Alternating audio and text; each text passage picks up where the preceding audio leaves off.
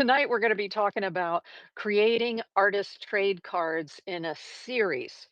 And what that means is instead of just creating one card at a time, for instance, you can buy packs of single sheet artist trade cards like this. These are canvas paper, which would be for acrylics, and then this is watercolor paper, which would be for your watercolors. Instead of using these one-offs where you're doing one at a time, I wanted to show you a quick way to do a whole series at once, which just means we're going to be putting it on a bigger piece of paper and then measuring it out and cutting it down. And that way you can create multiples at one time. Where did I put the bag for that? Let me put those away. This is my bag of artist trade card size stuff. Yes, so even though I like to make full sheets, sometimes just calls for a quick one to do on single cuts. So I do have the single cut sheets, but tonight I'm going to be showing you how to make a whole series. Let me see if I can grab the series that I did last week. Last week I created a series and I'm going to show you an example here. So all of these cards, all these artist trade cards are in the same series. They were cut out of the same piece of paper, a large piece of paper that I made all at one time, and then I customized each card. That's what I'm going to show you how to do tonight. Now, what is an artist trade card? You might ask if you're not familiar. An artist trade card is the same as a Pokemon card or a sports card. It's in the same size format, and that is 2.5 inches this way by 3.5 inches this way. And it can be on any kind of surface. Heck, I even have artist trade cards that I traded with other artists, and they're made out of polymer clay. So they don't have to be on paper. I just happen to like to use mixed media and watercolor paper to do mine. But you can do any surface that you can cut down to this size right here, the 2.5 by 3.5 inches. And so these are meant to be traded, just like your Pokemon cards are meant to be traded, right? However, we can also sell them. When we sell them, they're called ACEOs. So some artists get their knickers in a twist when you say you're selling an ATC, and they're like, ATCs are not for selling, they're for trading. It's like, okay, so this is a separate word for the cards that we sell, and they're called ACEOs. ACEO stands for Artist Card, Editions, and Originals. All of mine are originals, so that card is an original. It has my handwriting on it. There's a flower on there, which is a pressed flower original. It's not a print. So the editions means you take one of your artworks. Maybe I would take a larger piece of my artwork. Let me find one here just sitting next to me. There's a piece of artwork here. So what if I took this piece of artwork, which is the original, I scanned it, I resized it down to 2.5 by 3.5 inches, and I could print an edition, meaning more than one of these, but it would be a reproduction. That's fine. You can do those as artist trade cards. They just call them ACEOs. So, in case you see that term, ACEO or ATC, they mean the same thing. They mean one of these. And it's just think of it like a Pokemon card, which is also a trade card, or any of the other, what do they call them? TCGs, trade card games, right? Except mine's not set up for a game. It's an original piece of art. I was inspired by these little mini artworks because I was in a museum looking at a painting. It was a pastel painting, and I forgot whether it was Degas or one of the other people around that same time, like late 1800s or so. And it was this big. The painting was tiny. It was a woman's face. And I just got up so close to it because I wanted to see every single little stroke that that artist had made to create this beautiful little portrait. And I love mini artworks. So that's essentially, just think of this as a mini artwork. And the cool thing is you can take these mini artworks and you can store them in all the different ways that you can store your trade cards. So if you have your Pokemon sleeves or your the little pages that go into a three-ring binder that have all the slots. I have one of those here too. I use it for color swatches. But this is a sheet and it's made for trade cards. So you can put your trade cards right in here in a three-ring notebook like this. So if you do collect them from various artists, maybe you trade them with other artists, then you can get these sheets and keep yourself a book. This is not the book that I keep my ATCs in. My ATC book is over there on the shelf, but this one just happened to be close. And I'm like, oh, I can show you what those look like. Let me put that back away there. And so you can store them like that, the same way that you do your Pokemon cards. This is, and I love to do this. This is a 4-inch by 5-inch frame. Very simple. You can just look up 4 by 5-inch frame. And it fits the artist trade card in there perfectly. See how that fits in there? This is one of the artist trade cards that I made before, and I just love that they just slip right into these small frames. I actually bought this frame for 25 cents at my church. So be on the lookout. But you want the small 4 by 5-inch frames. These are great. An easy, easy peasy way to display your artist cards if that's what you want to do. Fantastic.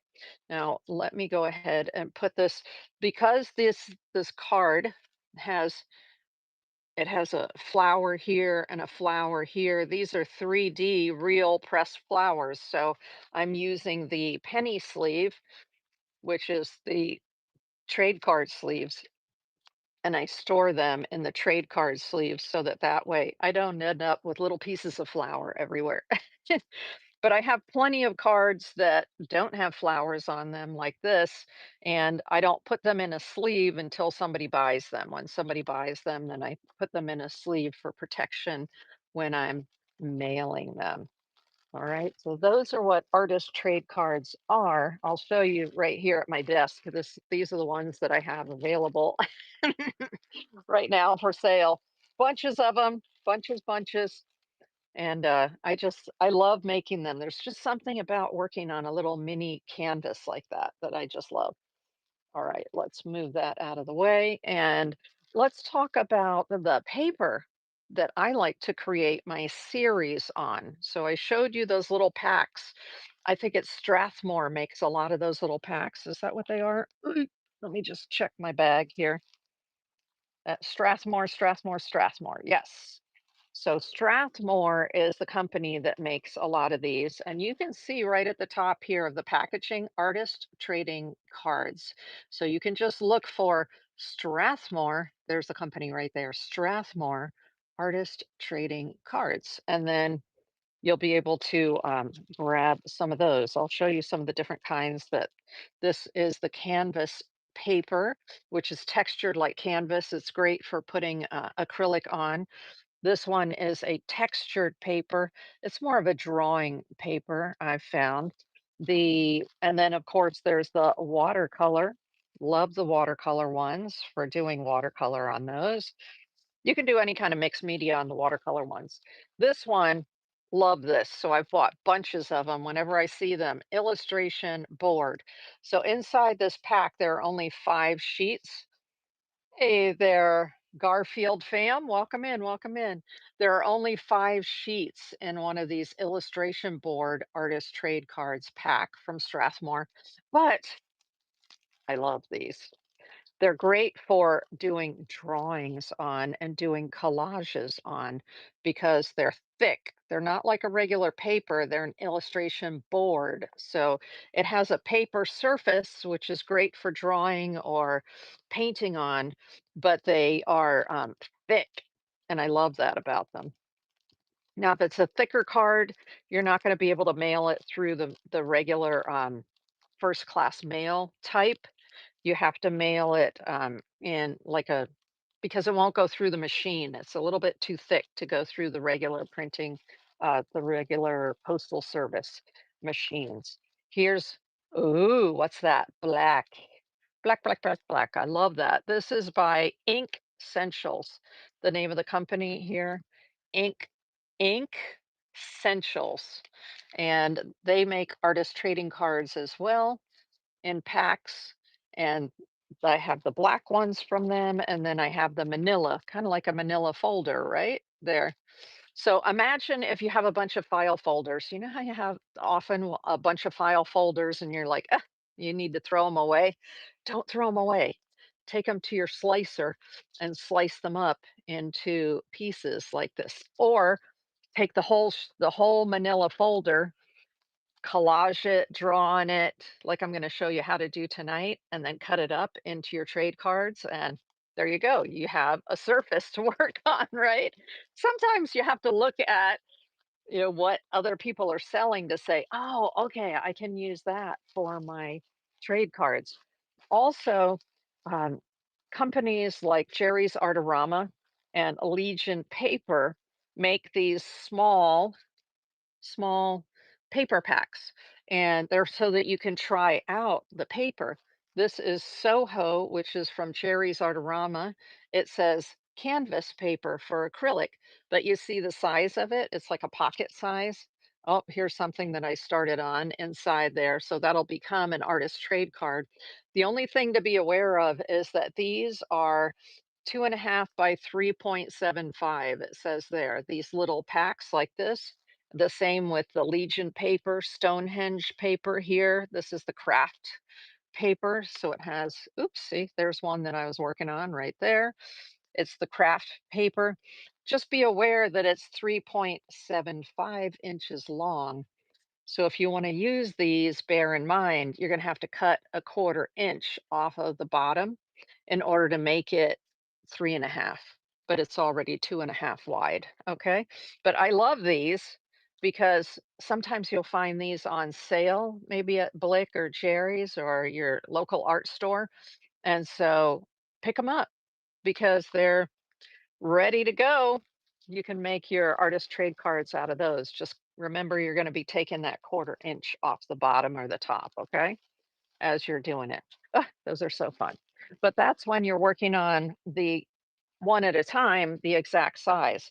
Now, what I like to do is I like to use watercolor paper. So this is watercolor paper, and this happens to be in the size 6 by 9. Beautiful watercolor paper. You can watercolor on it and then create your artist trade cards right on top of the watercolor. I'm going to show you a trick or two for that. And then uh, you can also put, because it's water thick paper, this watercolor, you can put acrylics on it and you can draw on it. You can just do all kinds of stuff. For me, the watercolor paper is all around the perfect paper. And this happens to be the Jack Richardson. It is 135 pounds. Where do they say that? Right down here. See where it says 135 and then it has the pound symbol? That's 135 pounds, which is probably around 280 GSM if you're from Europe and you do everything in GSM. Um, but oh, it says 290. Look at that. I was close. I was close. 290 GSM, it says there. So that is the weight of the paper. It's only slightly lighter than your typical watercolor paper, which is 140 pounds, just barely any lighter than that. And what I normally, so this will get 4 artist trade cards out of it. It's 6 inches this way by 9 inches this way. So if you think of it, 2.5 and 2.5 is 5. And then going this way, it's 9. And if you do 3.5 and 3.5, what do you get? You get 7, right? And so you're going to have a cutoff on the bottom of about 2 inches, and you're going to have a cutoff this way of about an inch, right? 5, 6, yeah. So decide. Normally, what I do is I just make crazy art on the front of this, and then I decide where it is that I want to cut my design from. Okay. And we're going to be doing that tonight. So this will make 4 at one time. And then most of the time I use this Canson XL watercolor paper. It's not 100% cotton, which some people want their paper to be 100% cotton. It is not. It is a paper pulp type of paper. It's 140 pounds.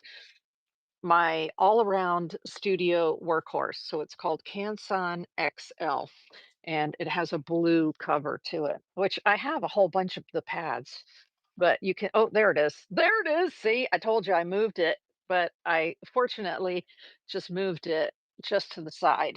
So that's what it looks like. Canson XL watercolor paper. How many sheets are in here? 30 sheets. So it's an excellent value.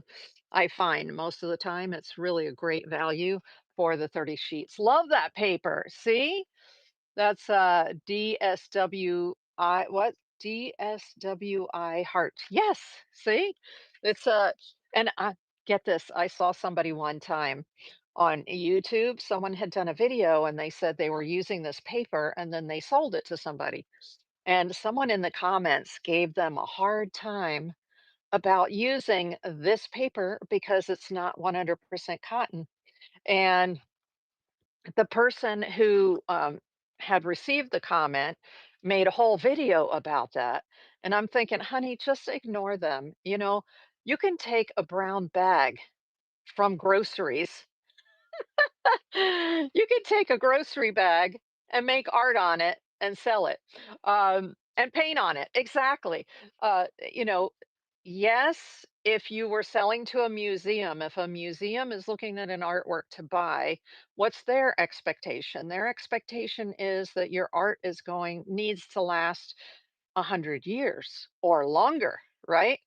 If that's the case, hey, S. Diedrich, welcome in, welcome in. If that's the case, of course, you want to use the best materials. You want to use a properly stretched and primed canvas. You want to use 100% cotton paper, yada yada yada, right? If you're a big time artist and you have collectors buying your art for thousands of dollars, then you need to use the right paper, correct? But if you're enjoying the art and somebody loves it, which is what happened in the case of that video I'm talking about, and then somebody says, "Oh, I love that. Can I buy it from you?" Are you going to say no? It just depends. Some art is your baby, right? And so sometimes they say, "Oh, I'll be happy to sell you a print if it's a piece of artwork that I want to keep." But no, she sold it and it was fine. It was from one person to another person who loved the art. And you know what? It doesn't matter that it's done on Canson XL watercolor paper. This paper is terrific. And I would encourage you to feel absolutely comfortable making artwork and selling artwork on your Canson XL. Okay. Do it. Right? Heck yeah, says, I love that paper. I know, I'm telling you. Right? That is my favorite workhorse paper. So when I use the 9 by 12 size, what I end up getting is 8. I will get 8 artist trade cards out of this. When I measure it all out, it's perfect for putting 8. I love it with my 5th graders. Oh, you use it with your 5th graders. Fantastic. Let me mention something, heck yeah, because um, it's amazing paper, but I may have a better paper for you. Um, just as a suggestion, this paper by Jack Richardson, I don't know if you've seen this before. So when I'm buying in bulk, this is what I buy. It's by Jack Richardson, and it is their 135 pound. So that's 290 GSM, but 135 pound watercolor paper. And what I like is they sell this in cut sheets. You can get like 100. Um, I'm not sure what's bigger than that. I know they sell the 100 packs because I bought the 100 packs specifically for teaching in my art studio.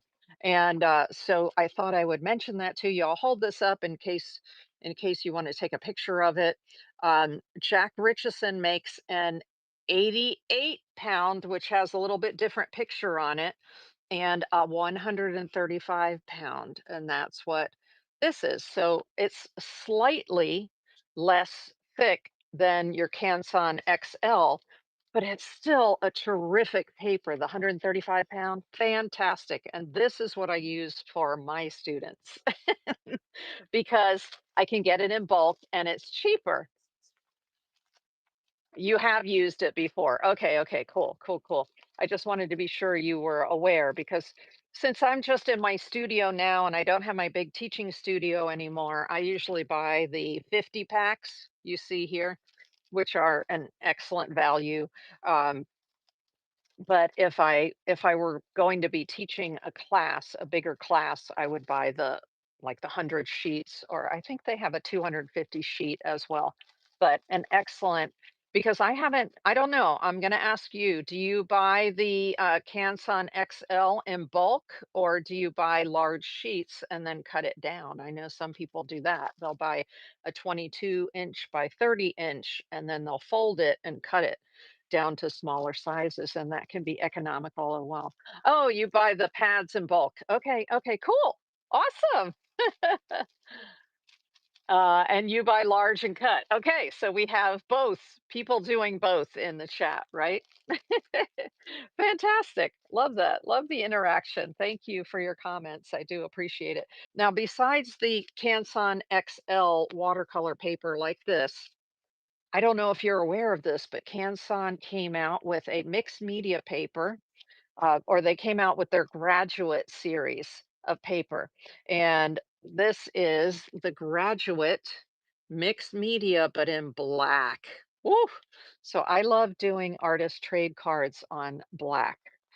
Let me show you. Well, it's just like this. It's beautiful paper. Beautiful, smooth black paper, perfect for mixed media art techniques, including inks and oils and markers and pencils and all that kind of stuff you can do on this Canson mixed media paper. Let me see, I did do one. I had a leftover cutoff. Whenever I paint and then I cut things to go into the mats, I always try to cut so that I have a two at least one 2.5 by 3.5 left over so I can make a trade card. I don't like anything to, not get used, right?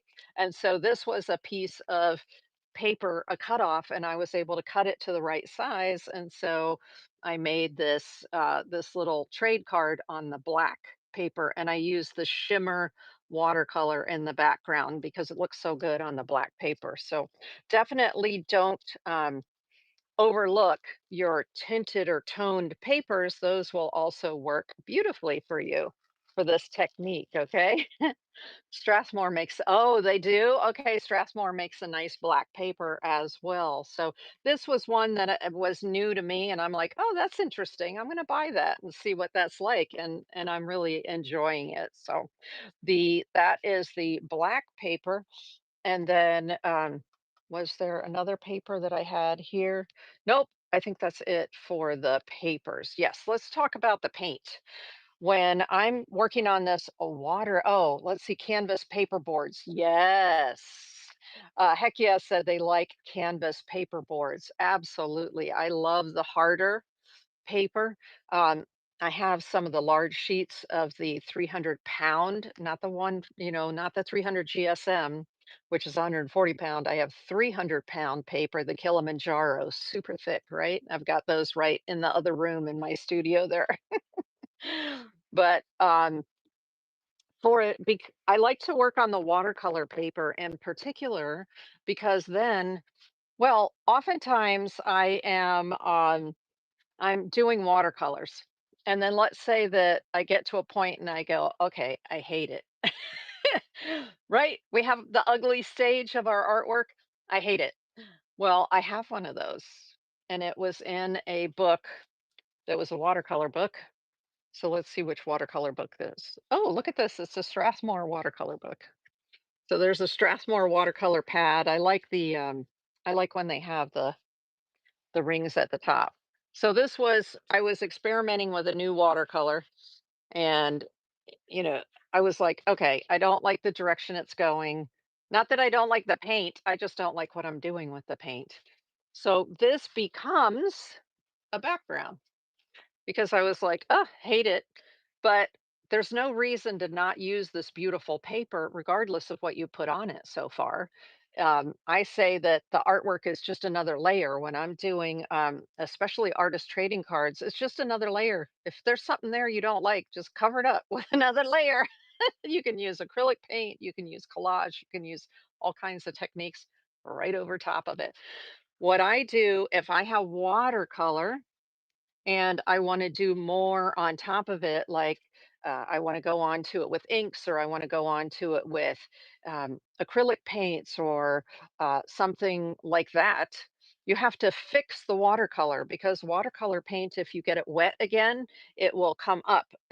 So if you put another color of paint on top of it that's water based, like acrylic or inks, the color of the watercolor can seep back up through it. So what I do is use a fixative. This is a Krylon workable fixative.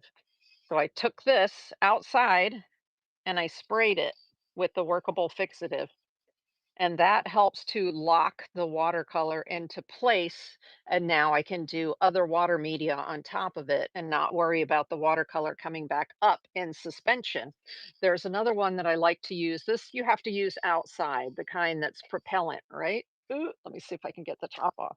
So if you have one that's like this, that's a propellant based, you need to use it outside. But what if it's snowing out or what if it's raining out, right? Then there's an alternative that you can use in your studio.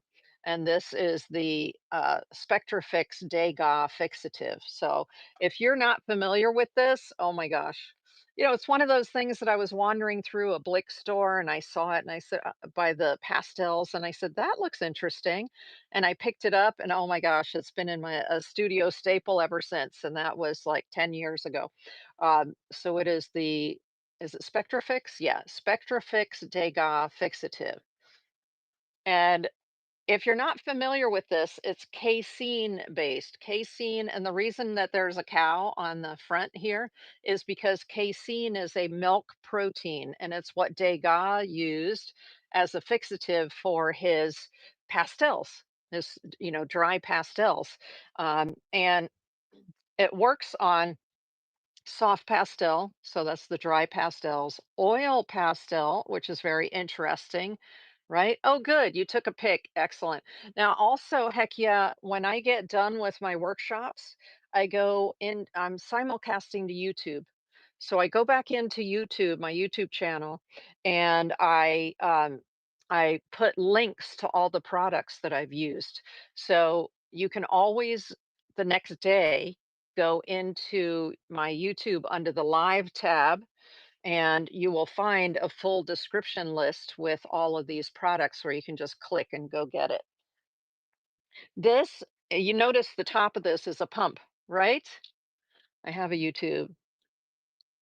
Oh, gotcha. All your lessons are private. Gotcha, gotcha. So you see, this is a regular pump sprayer, and there's no aerosol in this. Okay, it's just a regular pump spray. So you can literally use this in your house. I would just lay out some newspaper and then spray. And I love this stuff.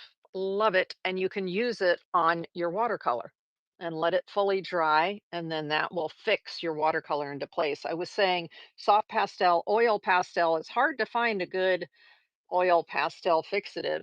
Chalk, Conti. So Conti is a type of pencil or crayon, they call it.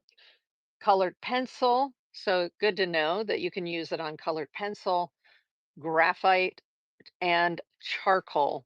And you can also use this on paper Yupo. So if you see there, it says Yupo, canvas, ceramic, fabric, glass, leather, wood, or stone. So isn't that good to know? Like an all-around fixative, you don't have to worry about the smell of the aerosol, although there's alcohol in here. So it will have a smell. Oh, thanks for the share, Devin. I appreciate it.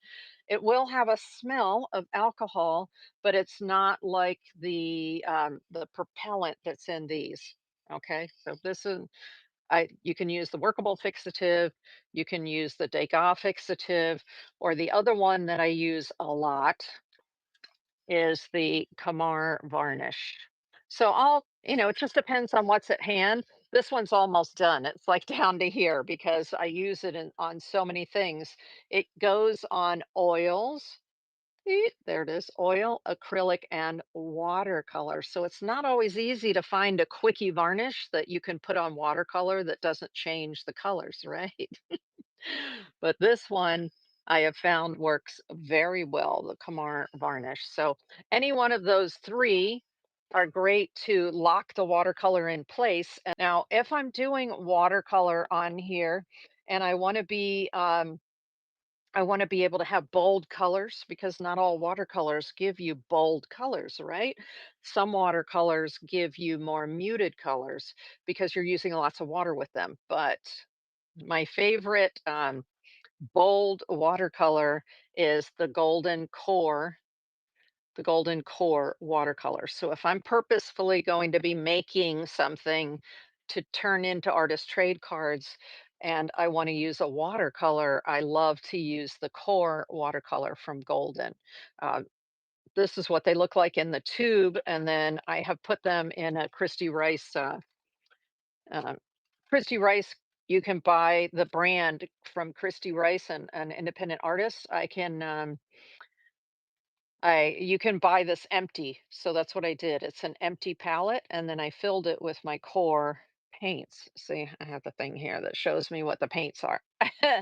So that I can, what I love about the core paints is when you put them in a pan like this and you dry them, all you have to do is spray it with water and it reactivates really fast. So that's a huge advantage, right? When you just want to get on with painting. And look at how saturated the colors are. Holy moly. Love the core. But you need to know that if you're putting the core on a surface, the core watercolor with water, and then you put a different paint on the surface and they're both wet, the core is going to, like Pac-Man, it's going to invade the other color aggressively because the golden core paints they don't use gum arabic as their binder. They have a specific binder called aquazol. Aquazol. AQUASOL, that it's patented. They patented it, and that's what they use as their binder in their paints. That makes the paints very bold and very aggressive. I like that. I like that it just whooshes and takes over each other. I like it, but you just need to know that that's what it's going to do, especially if you're combining it with other types of paints. Okay. Good to know. Yes. Yes, yes, yes. But that's the coloration that I like to use when if I'm going to do a watercolor background for making artist trade cards. Then the other kind of paint that we're actually going to use tonight is this ink tense. And you're going to notice that the ink tense is in a palette, just like the core was. But the difference is these are permanent when they're dry, where the core is a traditional watercolor. That means when it gets wet again, the colors will reactivate. And so you have to use the fixative on it if you want the colors to stay in place, like I just showed you. However, this is the Derwent ink tense, and the ink tense is also a super bold color when you put it down with water, but once it's dry, it's not supposed to lift back up again. Now, I found that if you use it thickly, of course, some of it's going to lift back up. But if you're doing more traditional washes with it, thinner applications, once it's dry, it's permanent, which is perfect for mixed media work, right? But you kind of get the feel of a watercolor like that. And so we're gonna work with these tonight because they do come out dry. There's a set number 1 and a set number 2. It says right there, set 1. Set 1, set 2, and they also, Derwent has all 24 of them in one set as well. But they're called ink tents, and they also have ink tents pencils. Do they sell refills?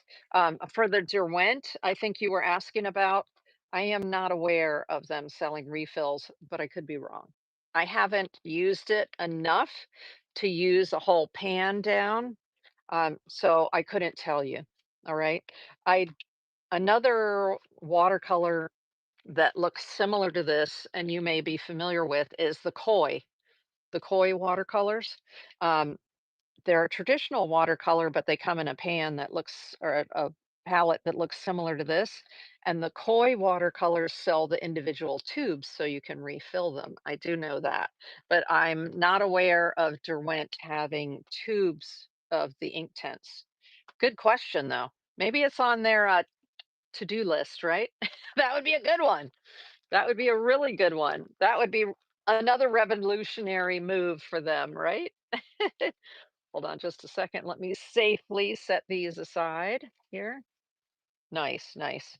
Um, and one other kind of watercolor that I like to play with this effect is this is the Viviva, but these are metallic watercolors. So especially if you're working on that black paper, I like to use metallic watercolors on the black paper to get that incredible shine.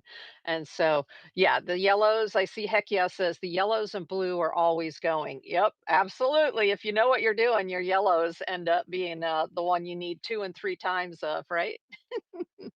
So this is this Viviva.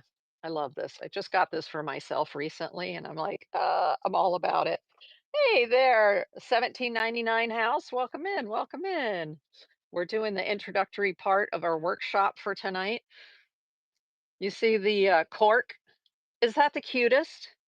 These are so stinking cute. And this is Viviva colors. These are watercolors, and they have that metallic shimmer, and they give you the white swatch card, and then I made a black swatch card, of course, right? Whenever you're talking about metallics, and that's why I love these little metallic sets to put on the when I'm working on black paper. Ugh. Now, besides using watercolor media, you can also use, of course, acrylics. And a lot of the backgrounds for my artist trade cards are done with acrylics. And we're going to do one of those tonight. Um, Hold on just a second here. So I use whatever kind of acrylic paint, you can use whatever kind of acrylic paint you have on hand. Um, I have lots of acrylic paint on hand.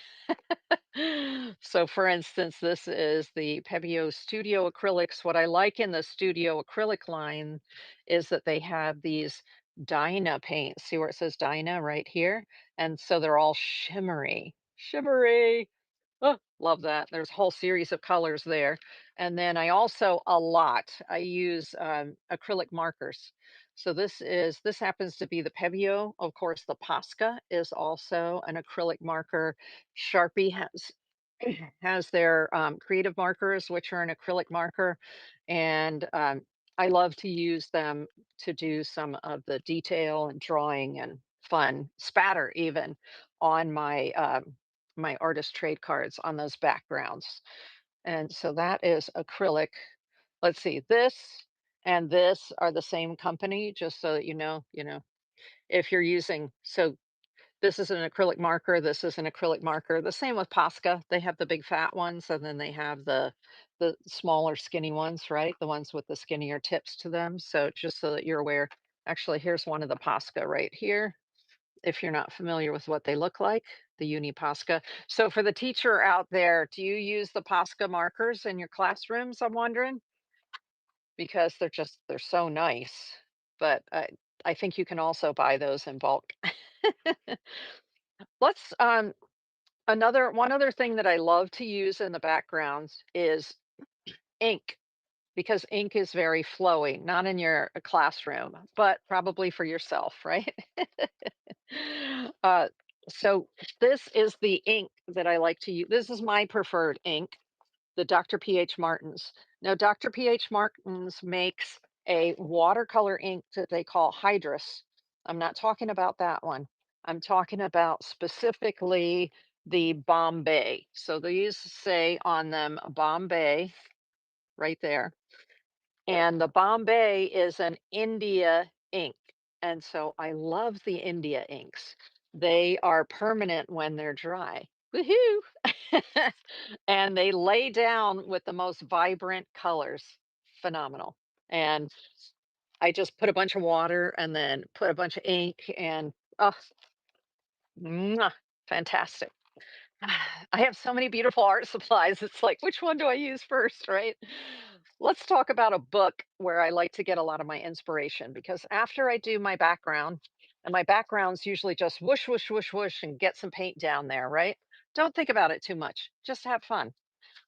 This one, I was trying to do something and then I was like, ah, it's horrible. Okay, let's just slap a bunch of stuff on top of it, right? Once I've got a background that I like, then I can work on top of it and I do drawing, all kinds of drawing. And a lot of my drawing is leaves and little flowers and things like that.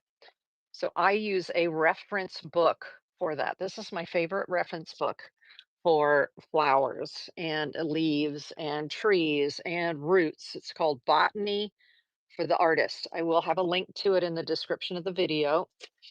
It's a DK book. I love the DK books. This book, you see all of the tabs here and here? Oh, yeah. I use it very heavily. So, for instance, this page right here, where you can see all those different leaf types. Now, when I'm sketching on my background, I don't have to do anything fancy. I don't have to do it true to form. I don't have to use these colors. I can just use a pen and make the shapes. But I love this kind of book as a reference. Like you see the passiflora, that's the passion fruit. But look at those leaves. Aren't they an interesting shape? And then let me show you some pods, for instance. This is what I use this book for. I don't have to do the artwork to make it look realistic. That's not my objective. I'm creating doodle drawings, and I can use this as inspiration for that, for the shapes. Like I love the lotus pod for the shapes. There's a pine cone. Oh, I do this a lot. I use this poppy pod shape quite often right here. And this is an excellent reference book just to get an idea of the shapes once we get to just hand drawing. Okay, let me show you a card where I use the hand drawing. Uh-oh, let's see if I can put my hand on it quickly or not. All my artist trade cards here. Yee. Here's one where I was doing some doodling in the background. So that's what I mean. You see the doodles in the background? I create a background, then I do a bunch of doodling on top of it, and then I cut them out, and then I decide what sort of finishes I want to put on it. That's the process that I use in a nutshell. Right there. Ooh, is there another nice one right here? Nope. They're just I have so many. Let me go ahead and put that away. Now we're ready to go over top of the table. Of course, you are going to need some sort of brushes or a palette knife or some collage paper, that kind of thing. I like to make my own collage paper with those India inks sometimes. We are going to do just a tiny bit of collage so that I can show you. Oh, yeah. When I do collage, I like to use gel medium. So you see here where it says gel, and then there's a matte gel and a gloss gel. So I like to use the matte gel most of the time for when I do my collage. That was the last item that I needed to show you. Uh, we're going to be using a palette knife for that when we do the collage part of it. Let's go over top of the table and start slinging some paint, huh? Let's start with this Canson XL paper because I want to sling some ink on there and set that aside and allow it to dry, right? There's already a little mark on there. You know what? It doesn't matter. Does not matter. Now, to get water onto the surface, I like to use a brush like this. This is literally sling that ink. That's right. This is a brush from, I think, Target. It was Target or someplace like that. And my mother had found a really good deal on a collection where you had something like 5 or 6 of these. Very inexpensive, and very utilitarian. So I was grateful that she thought of me when she saw them. The other option is this is just a chip brush. So you can find it at any hardware store and it's made of hog bristle. Either made a brush like this. You don't go all out. If you don't have anything fancy, do not worry. What we're going to do is we're just this, remember, this is the XL watercolor paper. So it's designed to take water. And I just want to get it wet so we can get the ink to start flowing over the surface or the watercolor. We'll put um, some of the ink tints on here as well so you can see the difference. All right, there we go. Nice and wet, ready to receive our inks and our paints. Let's start with, uh-oh, I see I'm getting water everywhere already. It's doesn't take long. This is the ink tints set number 2. And the colors are just so bright in these Inktense paints. So for this, I do need a brush of some sort. I'm going to take a larger brush because I just want to remember this is a background phase. I don't have to be precise at all. The idea is get some color on there, okay? Just get color on there. At this point, it doesn't matter. Uh, however, the more that you layer, you may end up with mud. So it can be best if you kind of keep your colors a little bit separated from each other. And this is just to show you that the ink tints will dry and then it'll be permanent, which is fabulous. Okay, there's a different kind of blue right there. It's okay to mix the blue with blue. Actually, it's okay to mix the blue with red too, but let's use some of this magenta, which gives you incredible purples, right? Look at that. This can be a good time to experiment also with your different colors to see what color combinations make what kind of mixes, right? And of course, if you mix mud, which is a kind of a brown, don't worry about it because you can just collage right over top of that sucker, right? Let's just collage over it. I love collage because it heals a ton of ills, right? When you do collage. Now, if you put a color on while it's still wet, you go, you know what? That's like overwhelming. You can just lift a bunch of it back up with your paper towel, right? I can say, ooh, that black was overwhelming. Let's lift some of that up and then go back in with another color instead and see what happens there. This looks like a kind of a forest green right here. Ooh, nice. Like it, like it. And it's okay if they mix, right? We're just trying to get some color down.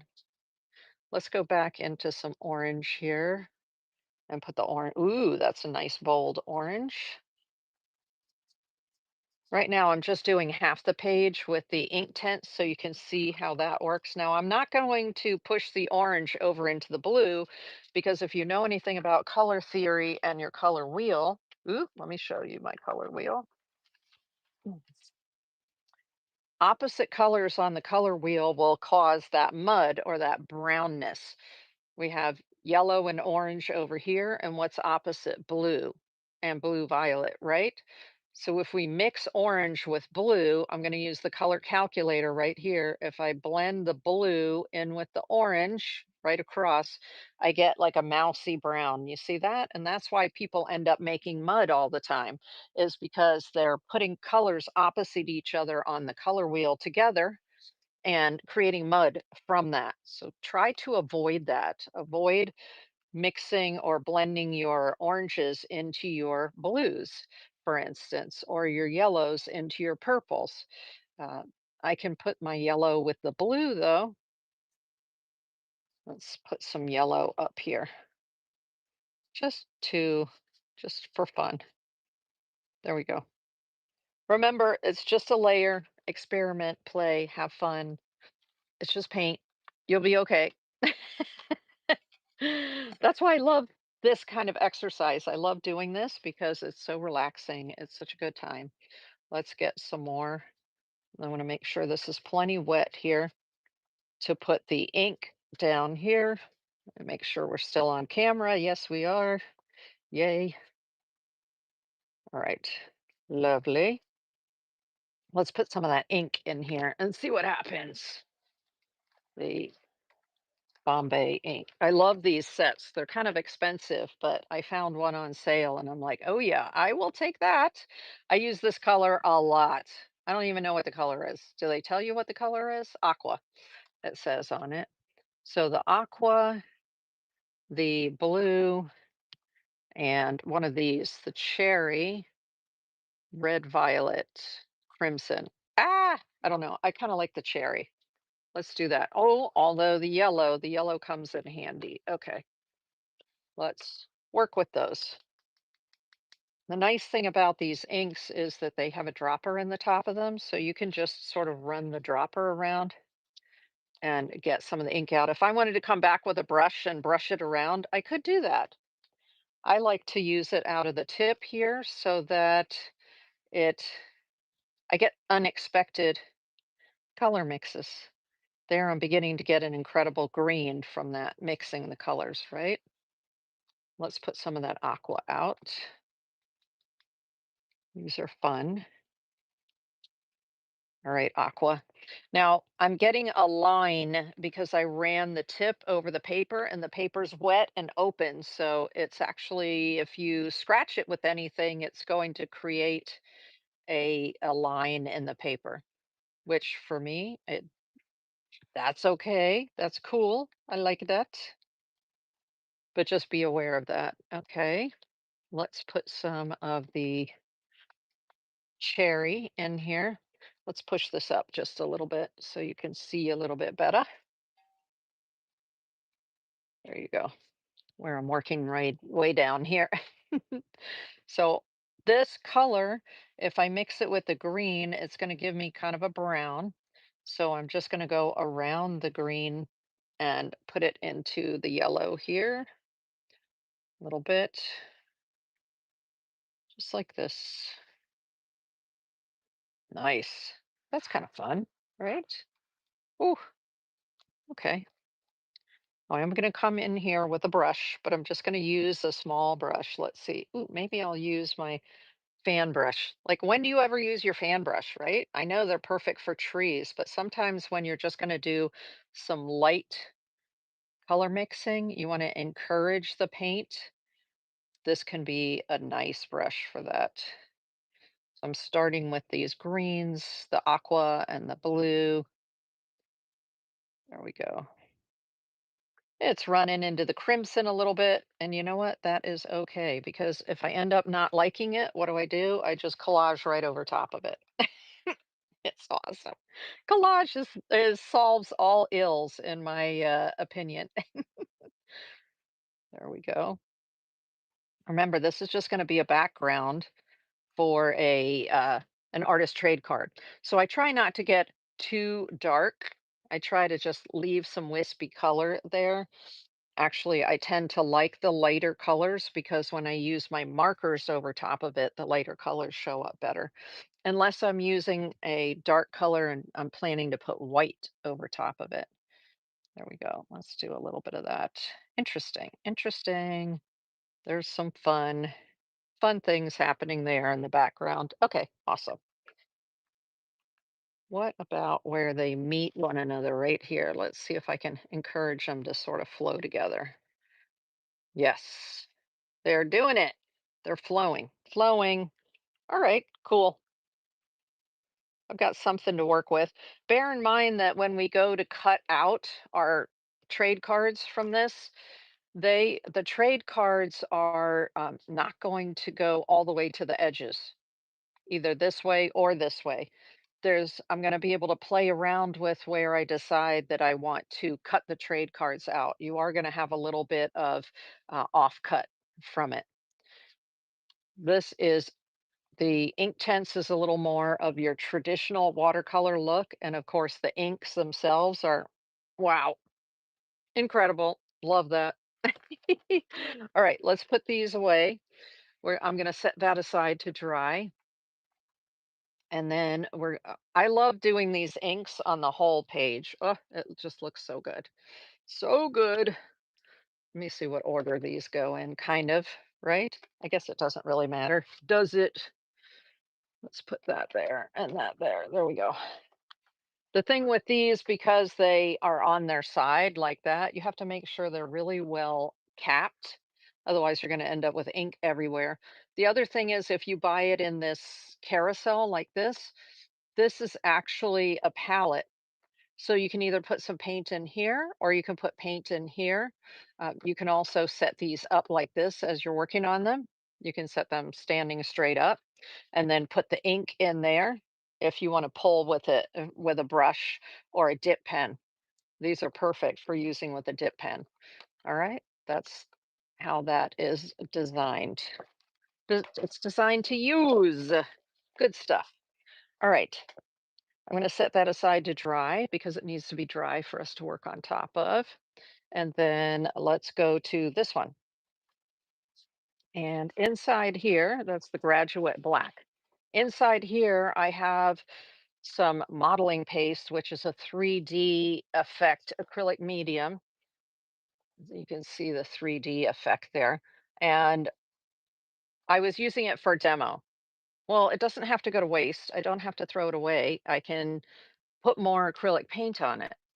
Let me do some more of this Dyna paint so you can see the effect against the black. It is so beautiful. I'm going to use this brush again because it's cleaned off, and I'm just going to go right over top of some of that texture. That's the nice thing about using a mixed media paper is you can put acrylic paint just right on top of it. There we go. Now with these little white bits, where is my I have this uh, design cream, which is kind of thick, and I'm going to put it on with my fingers. Let's see. Let's see. Let's see. Yes, I'm going to get all messy. Look at that. I'm just going to get messy. So I like having 3D texture, oop, where you have just a little bit and you do the rub, and then that will really bring out the texture, right? Let's do a little bit more over here of the rub. So we bring out the texture of the 3D. Cool. So it helps to have a little bit thicker paint. So tube paint or a paste like this, and then you can rub it over. If it's a little too thick, you just can rub it back. Let's get just a little bit more in there, almost antiquing it. And then if you just want to put some of this on the paper, the gold looks amazing against the black, right? You see that there? Yikes. So cool. I don't throw away these pieces of demo paper. I use them for other I just keep adding more layers and then cut them up and use them for trade cards. Oh, this one's cool with the gold and the turquoise together. Just give yourself permission to play when you're making artist trade cards. That's the way I feel about it. And then you're going to come up with something beautiful. And if you don't, it's a sheet of paper. Don't worry about it, right? It's okay. Let me see if I can put a little bit of this gold across here. Yeah, that gives kind of an interesting effect as well. Now I've got the pink under there and I've got the gold on top. Nice. Of course, that's using paint and using paint on a brush. What about using an acrylic marker? There are a couple of different kinds of acrylic markers, of course, that you can use. Hey, I see a couple of people over on YouTube. Welcome in on YouTube. And if you're on YouTube and you're interested in taking place in the auction that's going to happen after the workshop, all you have to do is go into the description of the video there on YouTube, and click the link and it'll bring you over to Whatnot for the auction portion of the show later. Ooh, I'm liking where this is going. Isn't that crazy? It's so funny how that works. If you just let go and pick your favorite colors and just start slapping them onto the page. This is one of my favorite colors of acrylic paint. It is fluorescent pink. And actually, while I'm saying the words, I'm realizing fluorescent pink is a transparent color. So if I put it on top of black, you won't even see it. But if I put white down first, this is an acrylic paint marker. Then when it's dry, I can put this pink on top of it, right? So these are pump markers. Most of your acrylic markers are pump markers.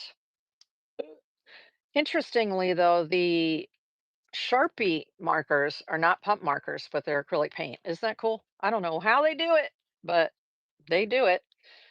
I'm not worried about getting perfect lines or perfect shapes here. I'm just having some fun and making marks. This is really a great way to test your materials too if you get new paint. That's why a lot of times when I get new paint, I will just grab a piece of paper and start playing with it and testing it because I want to see what it can do, how it works, and then I just cut it up and create artist trade cards with it. It's awesome. Awesome, awesome. And so you don't have to spend a lot of time. Ooh, now these are because they're pumped, if I do this, I will get a lot more. You see how I'm getting a lot more paint out of it. The other nice thing is if you get a lot of paint in the tip of your marker, you can spatter it. So I don't know if you can see that or not. Oh, I'll bring it up close to you in a second. I love the spatter from these markers. And you can do that with this kind of acrylic marker as well. You just have to get the tip juicy like that, and then you can spatter it. So let's try this one. Let's get that paint flowing there. And then you have to pump it a little bit, right, to get the paint moving. And now that the paint is flowing, oops, it's usually easier to do it on a brush like this. Oh, yes. Ooh, we got some red. We got some red. Loving that. So have any of you done this with your acrylic markers where you juice them up and then splatter with them? Maybe you didn't know that you can do that. I love doing that. Let me get another. I'm just going to put some dots on here. Why not? Why not? It's great. It looks good against the black, I think. The red, the white, the dots, the gold. We're just creating a background. Have fun. See, I wasn't even planning on doing that, but I really like it. Here you go. Can you see the white dots and the red dots there? And I love working on the toned paper, in this case the black, but there's blue toned, there's green toned, there's sand toned, there are all kinds of toned paper.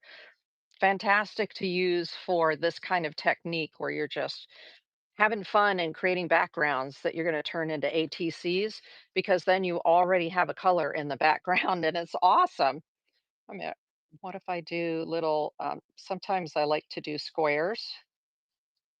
So you just get, sometimes I do triangles. Let me come down to this corner and do some triangles. So I'm just throwing some geometrics in here.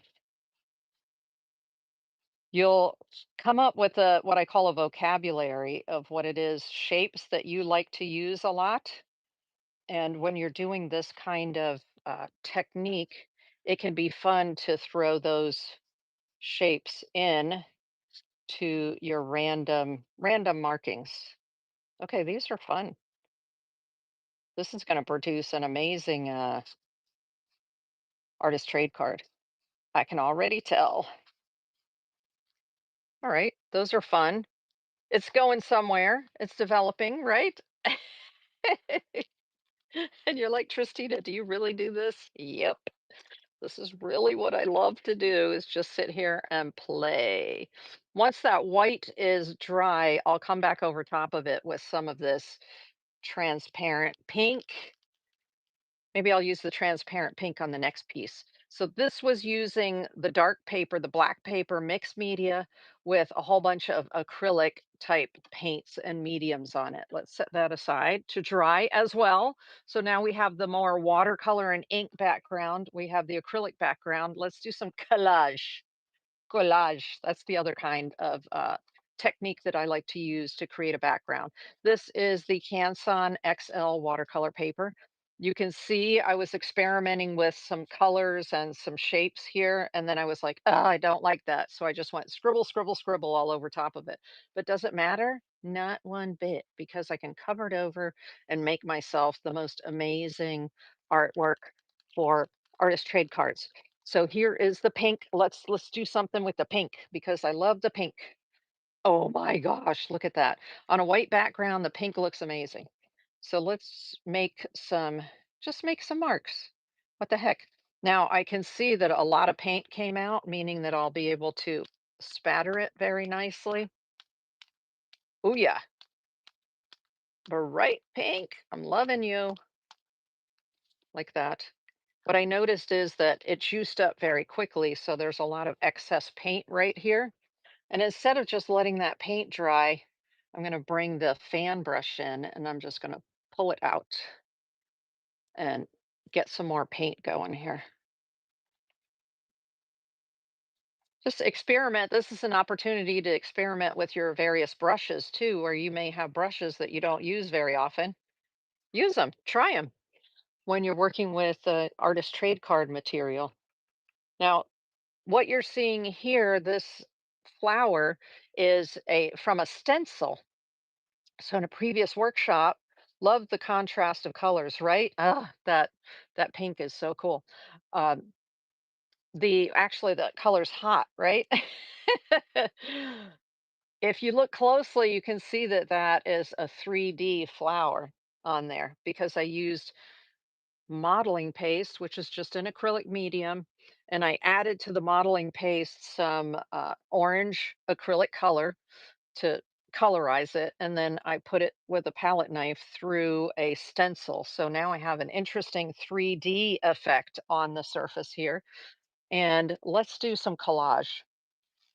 I have, I have two bags here. This is an 11 by 14 bag that I would normally ship artwork in. But here I put scrap papers inside here. Paper like this. Ah, notice that I was doing some printing on top of it. That's a piece of paper I can tear up. Oh, maps. I love to tear up maps. There's part of a map. I do my own calligraphy on rice paper, which is excellent for using in collages. This is onion skin, meaning it's from a pattern, an old pattern, and I love to put that into my artwork as well. Let's see, this is marbled paper that I've made. Like to put that in there. This is an old dictionary page. Love putting old dictionary pages and old music. The dictionary pages and the music I got from Salmon's Girl, which is another seller on Whatnot. Love her shows, and I get great ephemera for my artwork from Salmon's Girl. That's enough to start with, isn't it? Let's just tear a couple of pieces here. The problem is if you're a collage artist, no paper piece gets left behind, does it? Oh my gosh. Let me see that I have another 10 here that has little bitty bitty pieces because as you cut those up, you have to put the little pieces somewhere. And these are from salads, salad containers. And then in the salad container, I put the smaller pieces. See the cutoffs? Oh, maybe I'll use this piece right here and this piece right here. And I have all these little pieces of paper in there. That's where the cutoffs go. See the little piece of music? You can't throw that away, right? Oh my gosh. I put them in here. And that's where I save the small pieces. When I teach classes, I take one of these. Like I said, this was from a salad at the grocery store. And I just fill it with these little pieces of paper. and then I put one of these on each table like this, and then they have oh, my students have all kinds of little bits of paper to use for collage when we do collage. Isn't that fun? I love collage. Hold on a moment. There's another nice piece. Oi, there's so many nice pieces, y'all. That's the problem. That's the problem. When do you know how to stop? It's impossible. Sewn Designs, DSW I Heart asks if I've sewn any designs. Yes, I have a beautiful big Bernina sewing machine. I don't use it very often, but I like to use it to sew on paper and sew on fabric and then collage it onto my artworks. So yes, I have and I do and I love it. Thanks for asking. All right, we have some pieces here. You'll notice there's already a piece of map on there that I put down earlier. What do I do when I am collaging? I have all these really nice little slips of paper. I'm just going to set them aside here for a moment because, all right, where is it? When I get in the mail, you know, the junk mail that comes in and you're annoyed, you're like, ugh, what am I gonna, and you throw it in the recycle bin right away. Well, I save these. These are the inserts, right, that I get in the mail. I save these for 2 reasons. One is I use them when I'm doing my fixative outside or inside the studio. I put my artwork on it and then I do the fixative. And I also use it when I'm collaging. So they are a huge help when I'm doing collage. And here's what I do. So I lay this out and I'm going to be working with the gel medium I showed you earlier. And I'm going to work with the palette knife. So I put some of that on the palette knife, the bottom, not the top, right? You put it on the bottom of the palette knife. And then let me take a piece of paper. There's a piece of paper. I'm going to turn it upside down and put it on my advertising paper. You can do this with a brush too. You don't have to do it with a palette knife. I'm so used to using a palette knife for this. I love using a palette knife for collage. And there we go, like that. Done. Now I can lift it up and onto here it goes. Let's just put it in a random place. Random place. And then I'm going to use my palette knife and I'm going to press it down. Quick and easy. So when I said quick, oh yeah, baby, this is fast. Fast, fast, fast. This is how I do collage. And again, I try not to think too much. I do think, but I try not to think too much because I want to have that incredible randomness in the background because later we're going to cut it up into smaller pieces and it's not going to be a full composition, right? So it absolutely does not matter as you're doing this part of the process whether you like what it looks like or not.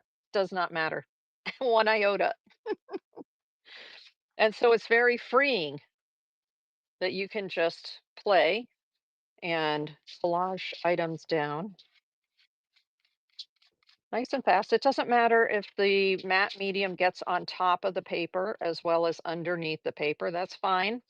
It's fine, fine, fine. The only time that it's a problem is if you have paper that has shimmery paint on it. So if I had, welcome in, by the way, the folks that are coming in over on YouTube and on whatnot, welcome in. If you have a paper that has gold or silver in it or copper, so it's shimmery, you don't want to get this matte medium over top of it because it's going to matte down the gold or the silver. If I have a piece of paper that has the shiny fibers in it, I use gloss gel instead of matte gel on that one piece of paper. That way, if I end up getting some gel on top of it, it will still be shiny. All right, that's one of my tricks. Let's tear this right here. This is rice paper that I just use ink and dip ink and then I do that. like that Bombay ink, for instance. Let's put some more of this on here. You see how it's a relatively clean process? That's why I use the palette knife. I love using the palette knife for this because if I want to switch to paint or something, I just literally wipe off the palette knife and then keep going. I don't have to go clean a brush. Yeehaw! Hallelujah, right? No brush cleaning when I'm doing my collage, and that is a wonderful, wonderful thing. Let's put this over here maybe, like this. All right, nice. So it just takes a couple minutes to do a collage. And when the collage is dry, then I come back in with acrylic markers or the Bombay ink and a dip pen, and then I do drawing on top of it. Oh, I'm gonna have to get out my little crank thing, right? So I can get all of the matte medium out of here. Yes, I have one of those right next to me here in the studio. All right, let's turn this over, put some matte medium on it. What happens here is, let's say that I've filled this sheet that I'm working on, and there's not another spot where I can put something to work on. Let me check this out, make sure I'm going in the right direction because it is Asian writing and it has a direction. There we go. Um, all I do is I take this and I fold it in half like this, and then I start working on this part of it, right? Easy peasy. So it makes it super easy, and you just throw this away when you're finished. Let's do just a little bit more, like over here. Let's take this blue piece over here. Eee! I still have some on my palette knife, like that. I generally, when I'm doing this kind of collage that I'm going to be drawing over top of, I generally will not put the medium on top of the paper, although there's nothing that says that you can't put the medium on top of the paper. You absolutely can cover some people when they do collage, they like to cover both the top and the bottom of the paper with the collage medium, and that's fine. You absolutely can do that, but you don't have to do that. I like where this is going. I just have to do something more up here because that is annoying me. I can just cover it right up. Woohoo! Let's tear this in half and maybe use it in two different places on my artwork. Come on, gel medium. I could just put some of it out here on the paper and then pull from that as well. And so this is how I do it. And I do lots of collages, y'all. Lots and lots and lots of collages. Let's do this. So it's overlapping. Overlapping is fun. Let's take this piece right here. Ah, it's rice paper. I don't want it to stick. It's probably going to stick. Oh well, that's the way it goes. It doesn't matter. Doesn't matter. It's all good. It's all fun. Let's take that and we'll just put this along here. Right. I love working with the rice paper because you can still see a little bit once it's dry, you still see some of the design underneath it.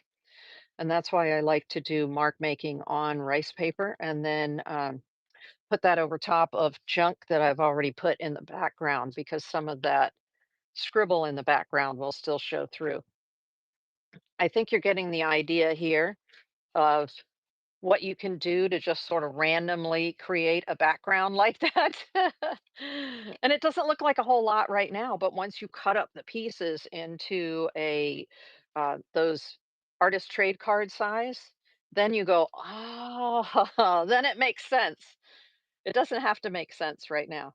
I see a little area where if I cut it into an artist trade card, it's going to be boring. So I'm gonna work back in and put a piece of vintage music right down here. There we go. And let's put another piece of this Asian paper in there.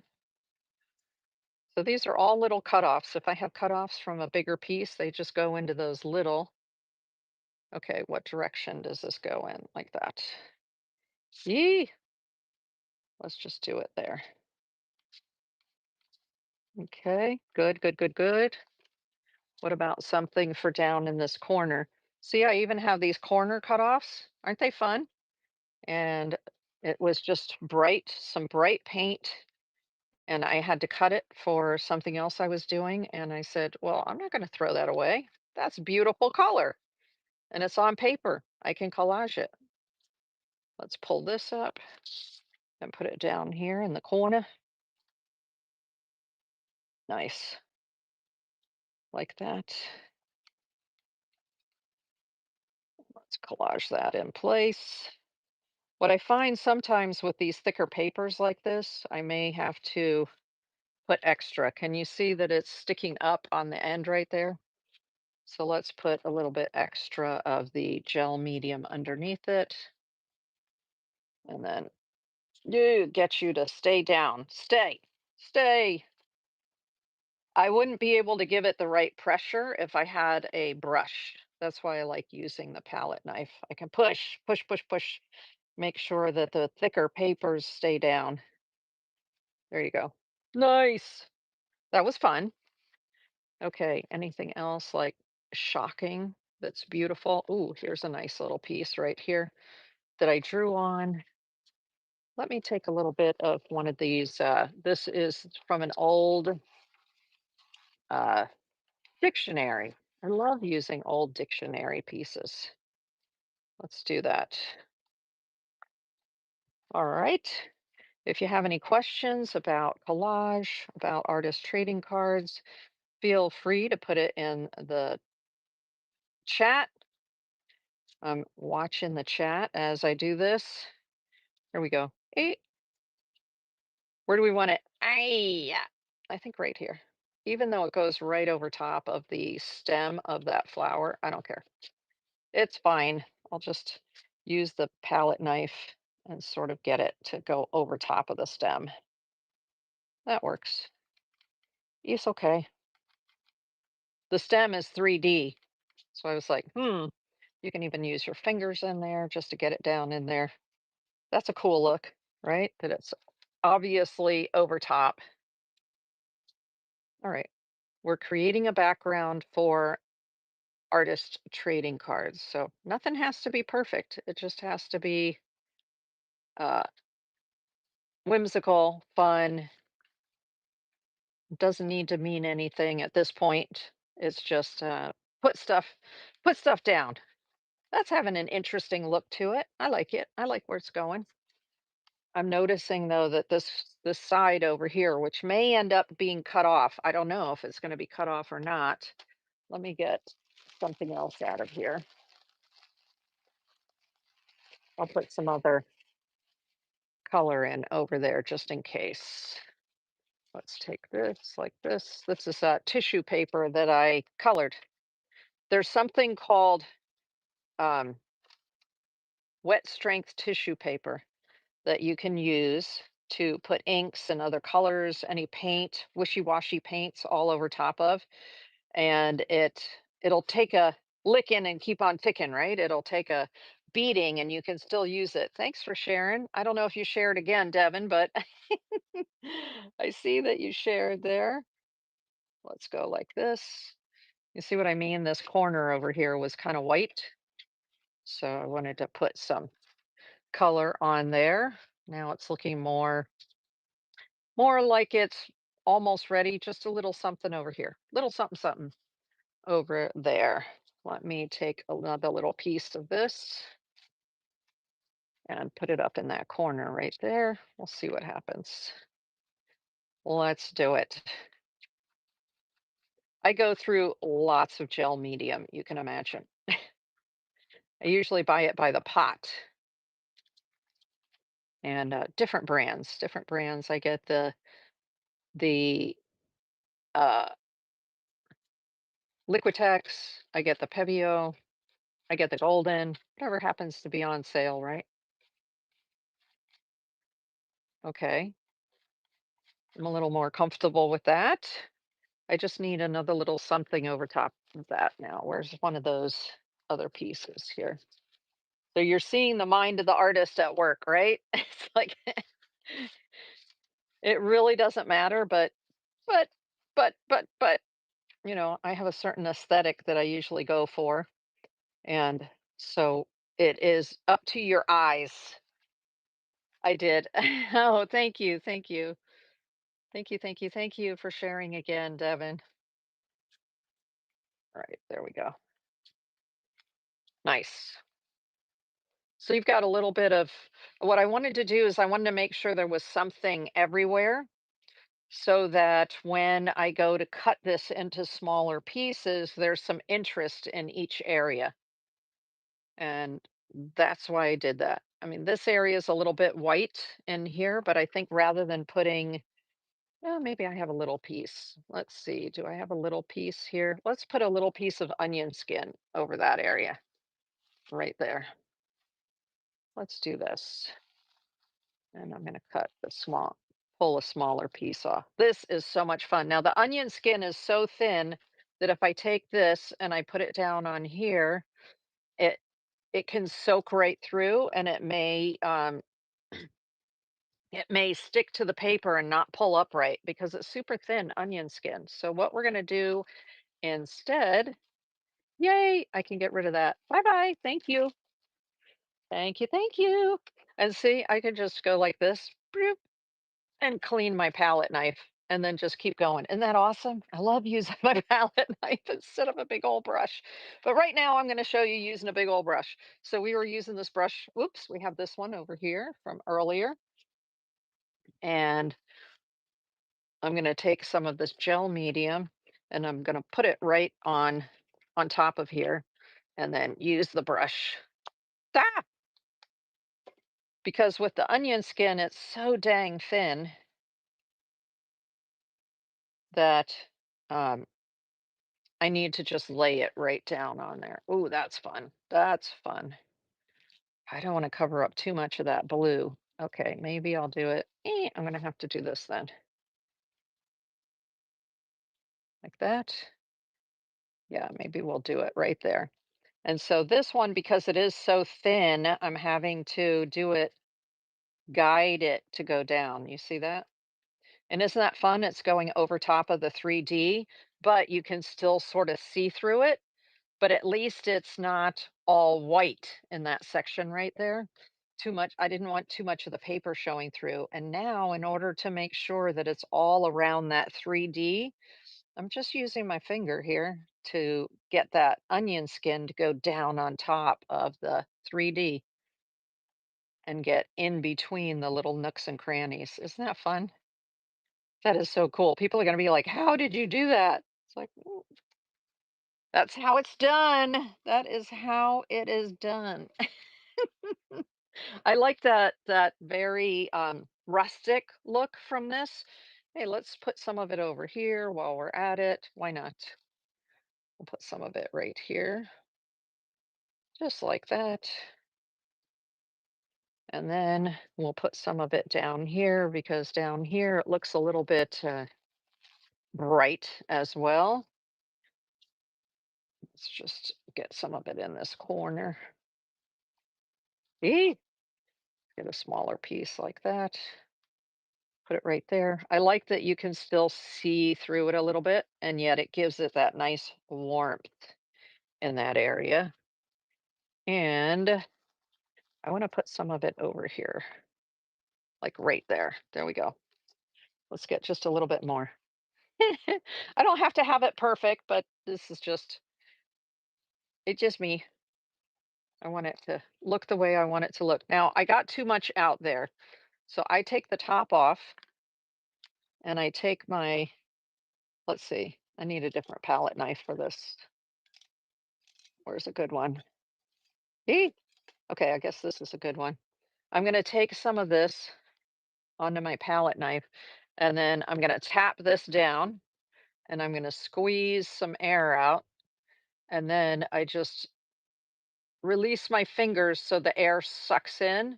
And that way I can put some of it back inside the jar if too much came out or in the tube. That's why I like using the jar because if I got too much out, I can just, it's very easy to put it back inside the jar as opposed to trying to put it back inside the tube, right? But it is possible to put some of it back inside the tube like that, right? If you're an artist, you're like, "Ooh, every drop matters." Let's do that. There we go. And that is the gel media. Clean off this, just like that. Done. Thank you. Let's do this and figure out where I want to put it. See, it's okay to put as long as I don't have the shimmer shiny gold that I'm worried about, I can put this down and then I can put this over top of it, just like that. So it doesn't matter if it's over, under, or if it's just under, it'll still work.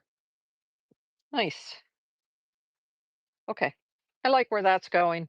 I feel like there's enough coverage in various areas that I'll be able to cut it and have a really good patterning in the background. And each one, even though they'll all be from the same piece of paper, which means they're going to be from the same series, they're going to be unique, aren't they? They're going to have some uniqueness to them, and I love that. All right. These pieces of paper that I took out of my big container, my big bag here, we're going to go back into the big bag like a this. And so let's put this back in there. Bye bye. Till next time. I also have in here the little dried flowers. The cards I showed you earlier had the dried flowers. So here they are right here.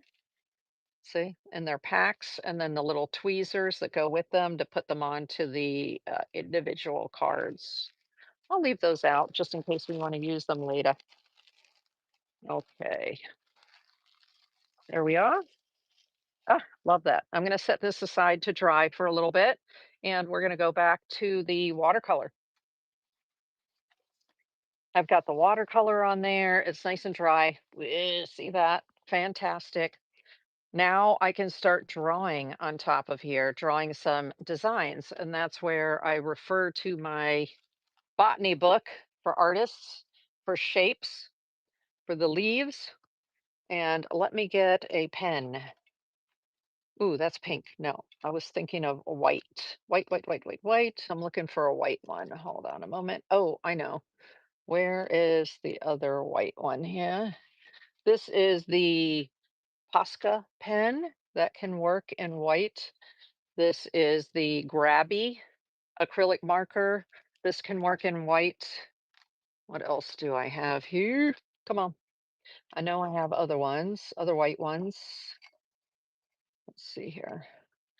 This one has a big old bullet tip on it, so it's a little bit bigger tip. Pump marker, as you can see. Oh,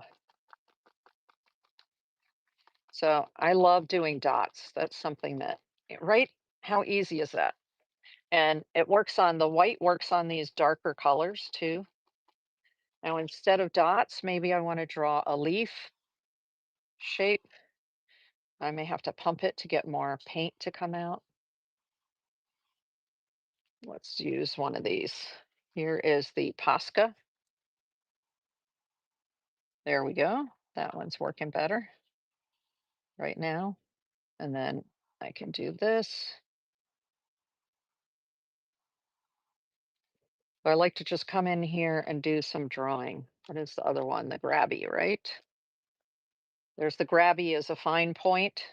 So if I want to draw, sometimes I just draw little X's or little uh, lines, like broken lines like this. So it almost looks like rain falling down. And this is your time to just look at your reference material and draw shapes. Put little circles. I use lots of little circles in my artwork.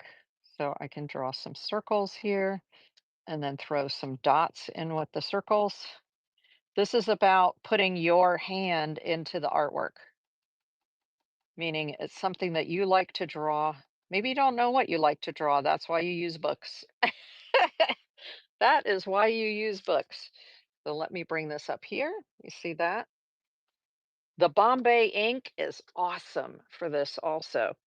Let's get the white. Do I have the white? No, I don't have the white. The white's in the other room in the table. Dang. You can use the Bombay ink white and you can put it onto a dip pen. Where's my dip pens? Like this. So there's a dip pen and then you can draw and scribble. And I love the look of that. I'm just trying to think if I have, do I have it up here? I think I moved it into the other room. Okay, that's all right because I actually have this Copic white, which is their version of bleed proof white. But what I like about the Copic white is that it has you see the little tiny brush on the end? So I can use it just as though I were using it as a dip pen, and it gives you a nice, deep, opaque white, which sometimes you can't get with the markers. Let's do this, and I'll show you. You'll see the difference here when I hold it up. You'll see the difference when you use an opaque white like that. You see that? Let me see if you can see it in there. Yeah, yeah. You can see the difference between trying to use a marker and using a fluid like this. Okay, that's those colors. What about putting something, just black? Let's do some black up here. And I've got the grabby black right here. Where is my .7 black from Pebeo? Love that one. I have a bin with a whole bunch of different pens right here in front of me. But I'm just looking for the black. All right, black. I don't know where the black went, so let's try the blue. Pump marker, little tiny tip to it right there. Now, if I don't want to mess this up, which how can you mess it up? But if you don't want to mess it up, you just have a separate little piece of test paper next to you like this, and then you test it out and you get the paint to flow before you go to the artwork. Because sometimes your pen doesn't flow, like this one is not flowing right now. Okay, it's not flowing, so I'm just gonna put dots, little spots. Oh, now it's flowing, it looks like. I don't know, let's see. If I try to do, see, it's not flowing for in order to do that. Right? That happens sometimes with your acrylic markers. They don't, it doesn't flow. The ink is there, but they're just not flowing. It's okay. It's all right. I just grab another one. I like the black one from Pebeo because the lines it makes. Let's look at the grabby one. Thin tip right here. I'm getting it started by doing dots, which is perfectly fine. Ooh, now I can do my leaves. See, this grabby works really well. You see how that works on there? Gives you nice lines. Let's do another one here,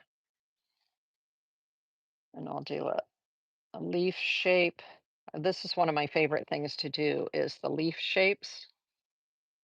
And then I fill in the leaf shapes with different designs depending on what I'm in the mood for. Okay, and then I can make them almost like pods. Okay, I went through the wet paint, so now I have to clear the tip. That's why it's helpful to have a piece of spare paper there for that to clear the tip. There we go. Now the tip is working, and I'm just sort of making it look like a pod. Nice. Maybe I want to do squiggles on this one. So you just sit there and play, right? Because it doesn't matter. You're going to be cutting it up into little pieces and you don't know what is going to be showing. Let's look at some of the leaf shapes that are in here. Actually, let's see, in the book. So we've got over here leaves. Let's look at the reference book. Ooh, I love the ginkgo leaf shape. So I'm going to do that right now. I just have it off to the side so I can look at it as my reference. And it comes like this and then down. And then it comes up like this and then over this way. And then it sort of has a roughly, and then in the middle it comes down and back up, right? That's sort of the way that a ginkgo leaf works. Nice. So then you can play and experiment with different shapes on here. There we go. That's kind of the way that a link ginkgo leaf looks, doesn't it? And then we'll do some here like this. There's a big blob of white there, so I don't particularly want to get the white all over my the tip of the marker. But this way you're going to have hand drawing all over the surface here that you can, when you cut it up, that's what people are going to see is portions of your hand drawing. I'm looking for another interesting leaf. Oh, that's a cool one. So there's another leaf here that goes like, maybe we'll use a different color. Let's see. Do I have a green? I'm sure I have some sort of green here. Let me see. Let me see. Oh, that's aqua. Is that the black? There it is. It wasn't in the right bin. Okay, that's all right. It's all right. I'll get over it. Oh, there's where the greens are. I don't like that one. Let's see. I have this uh, vintage container right here. Isn't that fun? And that's what I put my different markers in so I can see what I have. Let's see. I mean, that's green. I just don't know how it's going to look. We'll try this one. We'll see. We'll see. But it's a little carrier. Isn't that cool? So I can just grab it if I need to take it to another table. And let's see if this one's working or not. I don't know if it's going to flow. Let's try. Let's try. Yeah, it's not coming out as thick as it should. There, it's beginning to. Ah, now it's beginning to. Yay. Thank you. Let's do this one. Has a stem that comes down, and then it has a circle here and a circle over here. And so these leaves are sort of circular. And I'm looking in the book at what it looks like. You know what? I don't like, even though this is what the real plant looks like, you see the little leaf right there that has the where it doesn't have one in the center. I don't know, something about it. Just I don't like it. I don't like that shape. So I am going to add another little one at the top because that's what I like. And it's my artwork. So I'm allowed to do whatever I want with my doodles, right? I love doing doodles that I know are going to go across various um, cards, right? So that theoretically you could pick up several cards and link them together to show the entire design that you were working from. Okay, cool. Cool, cool. There we go. And one more. And I'm just going to make it look like it ends up here as well. So it's has a double end because those are going to be separate cards. It doesn't matter. It doesn't matter. There we go. There's another part of the design. Uh, what else? Do I want to do a pod? Ooh, I like this shaped leaf. The shape of leaf from the passion fruit is a very cool looking leaf. Plus, I can work back in here if I want to, and I can just add color to these black leaves if I like. So sometimes I like to do outlines and then go back inside the outlines and put color in there. There we go. Right. This is way over here from this. So these are going to be on different cards than what's happening over here. Now this is the one that I said I was looking for. It's the Pebeo acrylic marker in black, and I really like the way this one works. Similar to this green one. Yes, it seems to flow really nicely. And let's get another leaf going here of the passiflora. So it comes up. See, I'm looking at the book and then I'm drawing the leaf. Let's see. It comes out. sort of like that. And then there's another one that's a little bit longer, like that. And then something else right here, maybe halfway, that has is folded. Another big one that comes out of the center like this, and then another several on this side. It's not exactly what I'm seeing, but it's just a chance to get a feel for how that leaf might look. And I'm like, you know what? That needs to be pointed. I'm going to point those. Okay.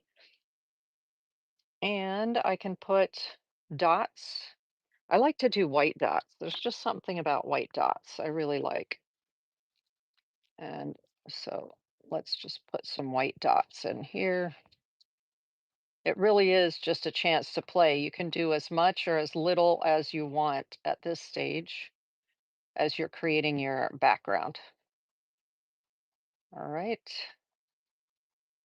Let's get some more ink flow in there.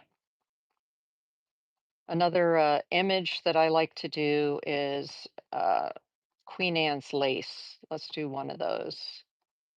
Oop, I'm getting paint on the tip here. Something that happens all the time. Always end up getting paint from one area to another. There we go. That makes me happy, right? That's what it's about. Okay, a little bit more white here, a little bit more white here, a little bit more white there. Okay, nice. Now, Queen Anne's lace. Let's put some Queen Anne's lace down here and maybe do it in black. Let's see how the black shows up on top of all of this. There is, I want to do a pod, a poppy pod, because I love doing poppies. And so the poppy pod comes up and around like this, and then it sort of has these things that stick out around the top, including like this. And then this comes this way, and then like this and down. So that's the way the poppy pod looks, like that. You see the poppy pod? And that's why I like this one in particular. It just flows very nicely. The Queen Anne's lace is shaped like this.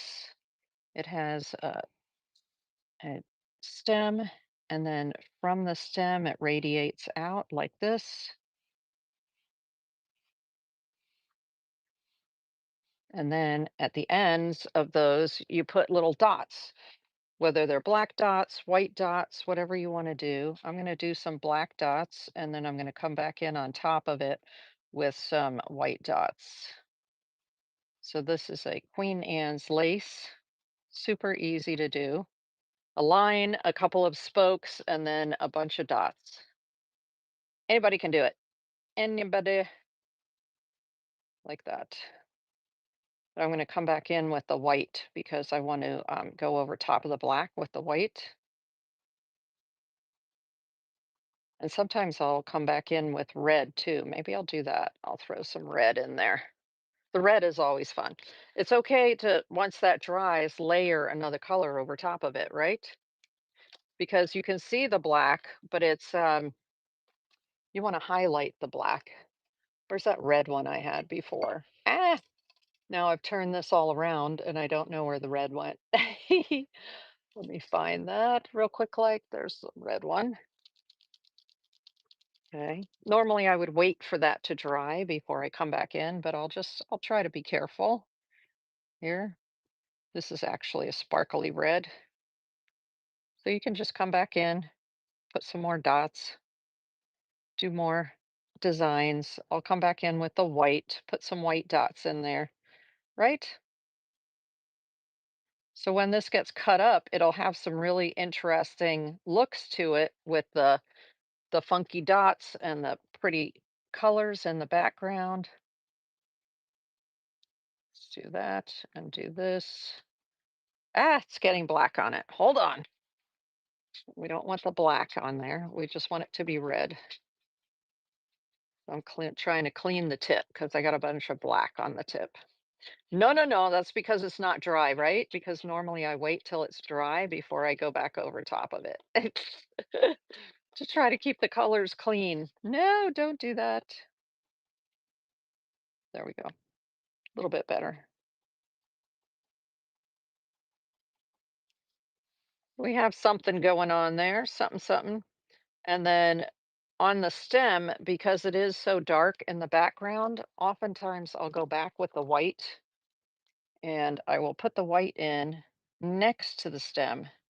And so what that does is that highlights the stem and makes it, uh, it'll make it pop out on this paper because the background is so dark, right? That the white is going to sort of pop off of there. Nice. That makes it show better. And also, if I put the white right along the here, along the edge, it'll just bring your eye to it. All right, there we are. Ooh, let's put some stripes in here in the poppy. It is such a dream to work right over top of that ink, that India ink. Oh my goodness. It is so nice. There you go. Now, what if I put a little bit of white down the middle of that? And then I put some dots in here for fun. Let's do it. And then I'll bring it up so you can see kind of where it's going. There we are. So you can have an idea of what's happening here, what's happening over here. Usually I will come back in with gold because when you're working on a dark color, gold looks amazing, right? Let's see, where is the gold, y'all? We want some gold. Oh, there's copper. I don't want copper. I want gold. Okay, so if you get a marker like this and it's wrapped, I don't know if you can see that. See how it's all wrapped up? The way that you break the wrapping, you just twist it. Look. And then you makes it easy to peel off the plastic. All right. How long did it take me to learn that? Like I was already 55 or so when I learned that you just twist the dang thing and then it doesn't matter that the plastic is on here, but at least you're not annoyed and you got the lid off, right? What? Yes. Okay, it's a pump marker. So I have to pump that puppy up to get the gold, right? There's gold and fluid in there, water. So I have to do that. And then the nice thing about the Pevio acrylic markers is they have a spare top, a spare nib in the top. Do you see that? There's an extra nib right there. So if this one gets ruined for some reason, what if I ran it through another color of acrylic paint and it dried and I'm like, dang it, then I can pull it out, pull this one out of here, put it in there and keep going. Is that cool? Love that. Okay, so let's pump this a little bit because I'm going to have to pump it in order to get the right here. I have to pump this in order to get the paint to flow into the tip. So when you first get a set of pump markers and you have to do this to every one of them, you're like, is the paint ever going to come out? It's coming, right? Awesome. Awesome. Beautiful, sparkly gold. And that gold looks amazing on this dark background. Let me show you. What if I just bring it up through here? Why not? Just do the whole thing. You see the shimmer of the gold marker? Mm. You have to have a good gold marker, y'all. You need to have a good gold marker. So here I can just put circles on here, which is something that I like to do. Circles, triangles, dots, right? I'm going to put some gold dots over here where I have the red and the black. Those are always fun with the Queen Anne's lace. Awesome. That works. It doesn't look so bright on the yellow, but it looks great on those blues and the dark green. Okay, cool. I've got a lot going on over here. What can I do over here? Ooh, I have this leaf sort of sitting in the middle there. I need to do something with it. Let's do some of the edge of it in gold and some gold squibbles in the middle of it, just to start adding a little bit more interest. Hey, you never know. I could just cover that right up with collage, right? If I did it and I go, okay, that is a hot mess, I literally will just cover it up with collage. It doesn't matter.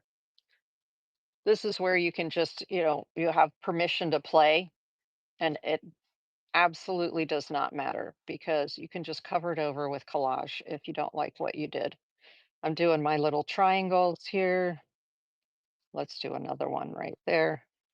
In gold. What? Gold triangles?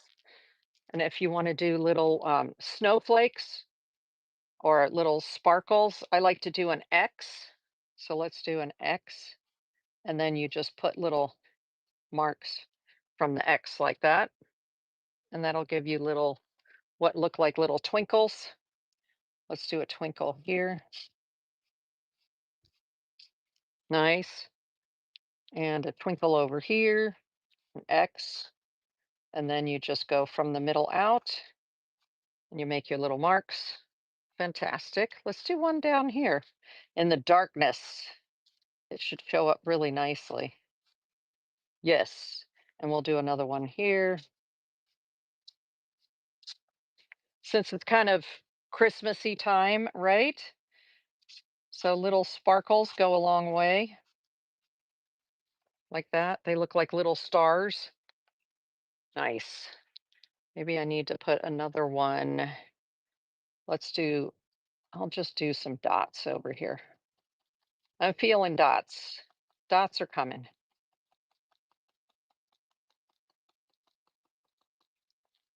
Lots of dots, lots of dots. Let's do some gold dots over here too. As I'm doing this process, I don't know where I'm going to cut things. So it really frees you to just have fun. Don't worry. All right, nice. Let's do a little bit of spatter because I just love spatter. I'm not going to use the gold for spatter though, but now I have to find where the heck I put the lid for it. There it is. Yee. All right, there's the gold. Let's do some, see, this is gold sparkle, a red sparkle. Hold on. Where is my red? Red, red, red. Ooh. Okay, okay, okay. I've got, let's do the big old pink one again because I just love the big old pink one. These are the acrylic markers, big head to that. And so I'm going to, the nice thing about these big markers like this is you have 15 millimeters across here. You have 5 millimeters across here, and you can do fine lines with the corner. So if I wanted to do some lines, I can just use the corner and I get sort of fine lines like this. Um, I also like to do stitches in them like this, so it looks like there's stitching going through my artwork. As you doodle like this, you discover, oh, that looks kind of cool. And then it's something that you can keep doing, right? And then I like to take the top of it here and just make marks like that.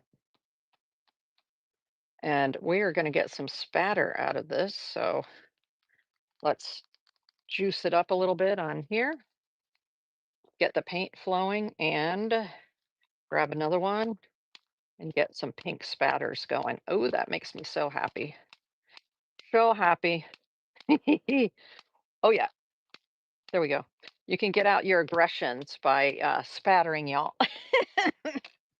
The nice thing about using your marker for spatter is it doesn't go as far as if you're using a brush or a toothbrush for spatter. However, I do see that I have spatter all over here, but you know what? Pink, fluorescent pink spatter makes me happy. I am not worried. Oh, I got some on my book. Now I can't have it on my book. Come on now. I have to clean my book real quick while it's still wet so I don't end up with hot pink spatter all over my book. But it is an artist reference book, right? So you would expect there to be some paint on your books if you're actually using it. There we go. Okay. Sorry about that book, but that's all right. I was in the throes of having a good time there. To me, that just makes me happy. Having spatter, having squiggles, having some recognizable uh, leaves, it's all fabulous because I'm going to work on top of it anyway. With the last thing that I like to do is collage. We're going to let this dry for just a minute because I'm going to have to make lines on it and cut it up. Let's go back to this one, which has the collage on it because the collage is dry. Wee and we can cut this up and create a series from it. Let me put these away. What do we have here? We have the 4. Let's put that one in there. I'm just going to put a few of these away so I can. Ooh, I want that black one out though, where I know where it is, and the gold one. Love those. This is a point 0.7. There we go. I have all these different buckets over here that I put all these in. Okay, I'm going to put away my palette knife, get some space going here.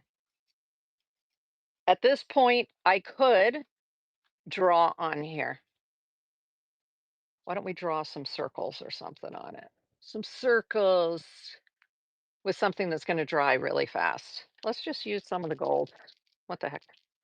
I'll just draw some circles because I'm looking at it going, okay, there's not it's a nice composition, but let's just get something else on there. There we go. We gold. Come on, gold. It's drying up a little bit. There we go.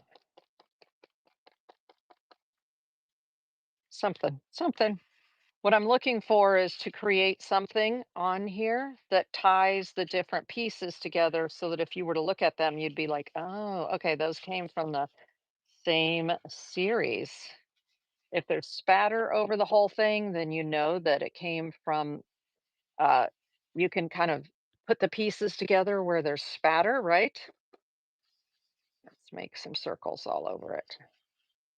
This in the gold. Come on, gold, you can do it. And down here. Nice. So now I've kind of got gold circles all over the place to tie the design together. You can do it.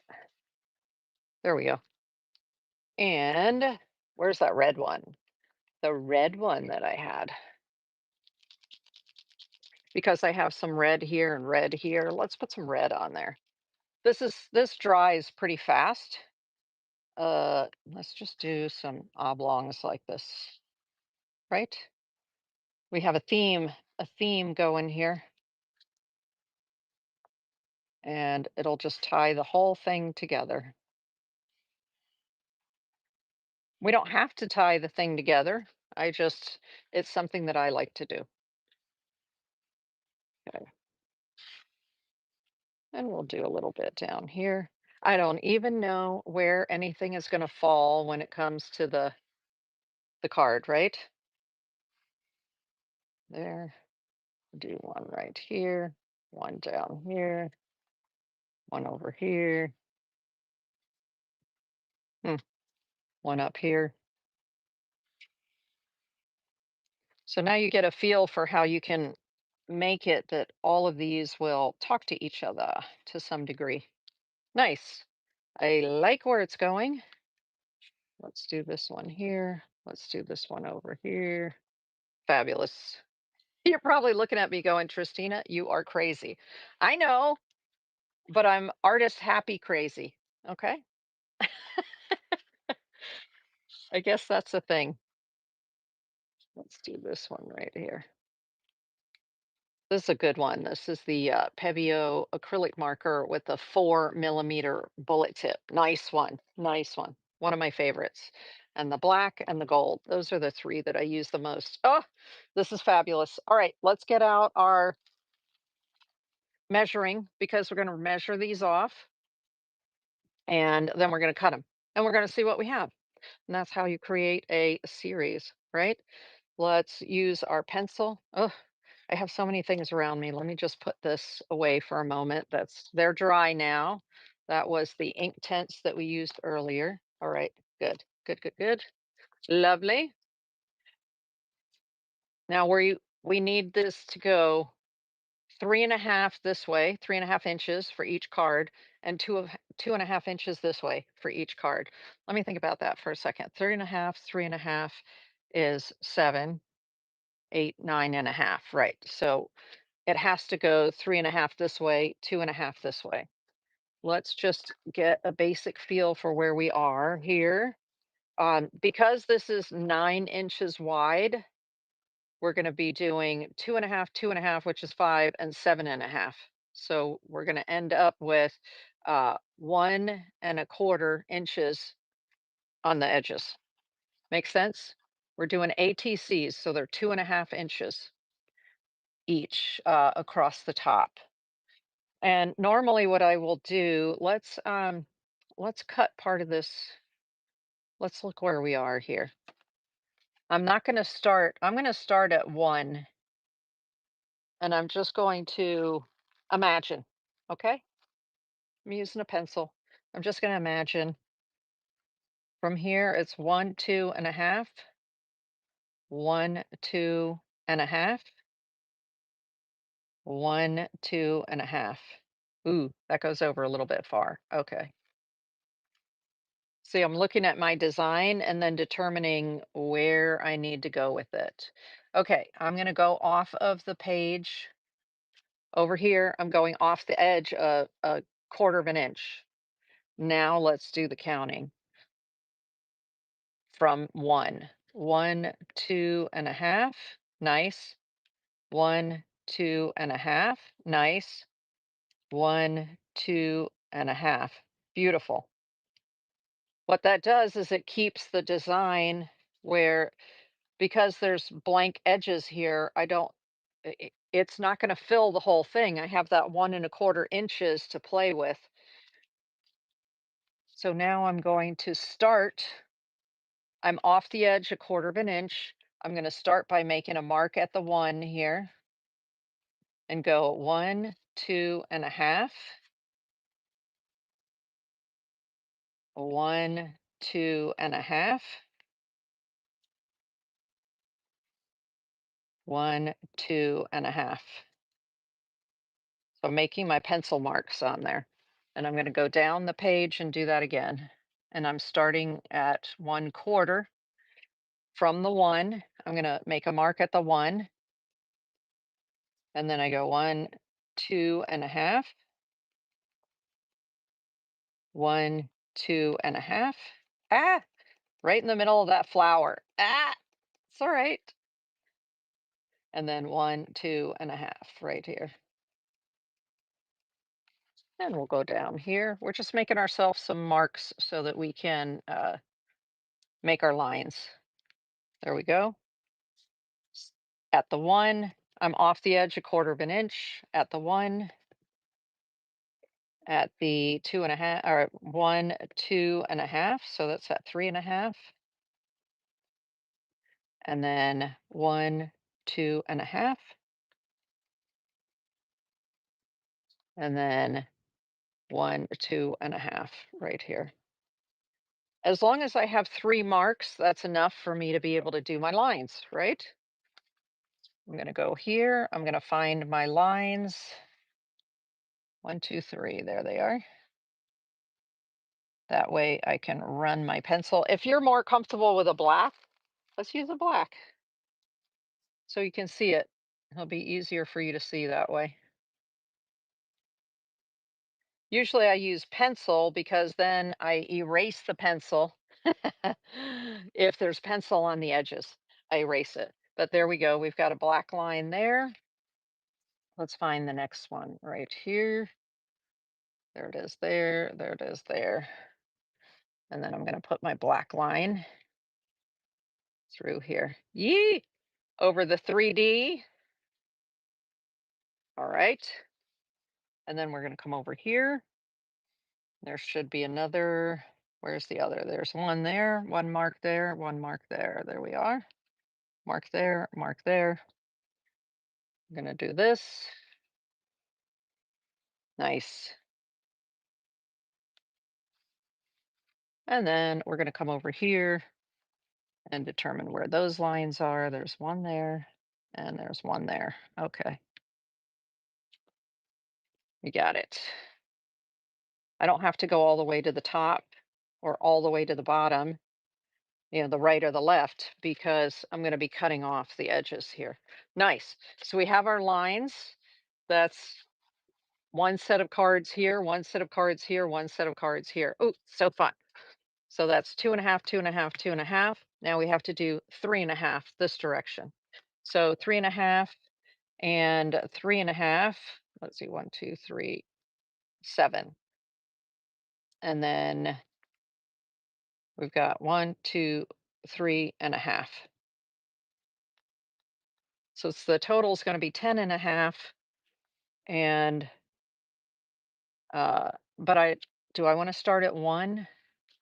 I think I want to start at one half. Let's see. So this is where I count. So if I'm at one half, I go one, two, three and a half. One, two, three and a half. And then one, two, three and a half. That's like perfect. I want to come bring it down just a tiny bit more. There we go. Okay, that should be good. That'll be good. Let's see. Yes, that'll be good. I'm going to start at the one half point right here. And then I go one, two, three and a half. So I'm just going to write this down for myself so it'll be quicker. It'll be quicker. It'll be quicker. Oops. Here, I see the paper. It's going to be at one half, four, and then one, two, three and a half, seven and a half. So seven, one half, and then one, two, three and a half. This will be at 11. Did I do set? Yep, I did seven and a half. Okay. And 11. So those are where I'm going to mark in my other areas here. Let's come over here, bring it down a little bit. So we want to do one half right there, then four right there, seven and a half right. Oops, that's not seven and a half. That's only seven and a quarter. That would have been a disaster. Right? No, no, no, no, no, not seven and a quarter, seven and a half. Come on. There we go. That's why I do it in pencil. Okay. So I have my four, I have my seven and a half right here, and then I have my 11. And let's do it over here. I always make sure I have 3 points, and then that way I'm relatively straight on my lines. I'm going to do this at one half, four, seven and a half, and 11. Oops, yeah, that's 11 right there. Okay, cool. Now I've got enough that I can do my lines with my black marker so you can see them. One, two, three. There they are. One, two, three. I'm gonna go across here. And then all of a sudden you're gonna be like, that's so awesome. Now I have whatever it is, 3, 6, 9 cards. The next set is at four right here. I'm just lining up those lines right there, like that. Awesome. One, two, three cards. We're gonna get 9 cards out of this set right here. Ah, what did I do here? I didn't put the, how come I don't have a line here? I didn't finish it. Did I not finish it, y'all? Did I not finish this? I'm not seeing the other marks. I didn't finish. Why? What? Ugh. It's ADD, right? No, it's there. I have to bring it out. I can't see it. Okay, there it is right there. Got it. Got it. I did do it. I did. There it is, right there, and right there. Okay. This is gonna be so fun. When I cut these and then you see, you're gonna be like, "Oh, that is so cool." And then down here, we'll do the cards like this, and go across there. Lovely. 3, 6, 9 cards, and they are all going to look like a series. Awesome. Awesome, awesome, awesome, awesome. Another thing is once you've done these lines, you can look and say, "Hmm, is one of the sections missing something before I cut it all apart?" Right? You can look at it and say, make some potential design changes at this point. I'm not going to because we need to roll along. Let's cut. Let's cut. I have this fancy pair of scissors here that I got at Blick. Aren't they fun? I don't know if you can see the bling bling, the gold. Ah, I love them. And they're super sharp. They work perfectly for this kind of thing, for cutting right through all these thick papers for mixed media. That's why I love them.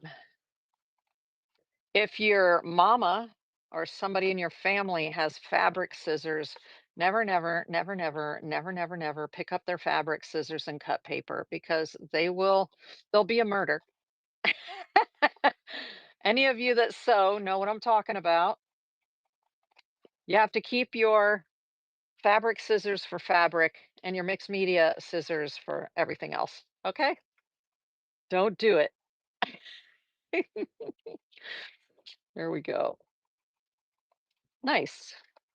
These are going to be so cute. I'm even gonna cut right through that, modeling paste. Aren't they fun? Oh my gosh, I'm so happy right now. I am so happy right now. I love making these artist trade card series. They are very fulfilling because when you're done, you don't just have one piece of artwork that you struggled with for maybe days or weeks. You have, in this case, 9 pieces and that you can be proud of. Some people I know, they would cut this up and they say, "Okay, that's my artist trade card. That's it.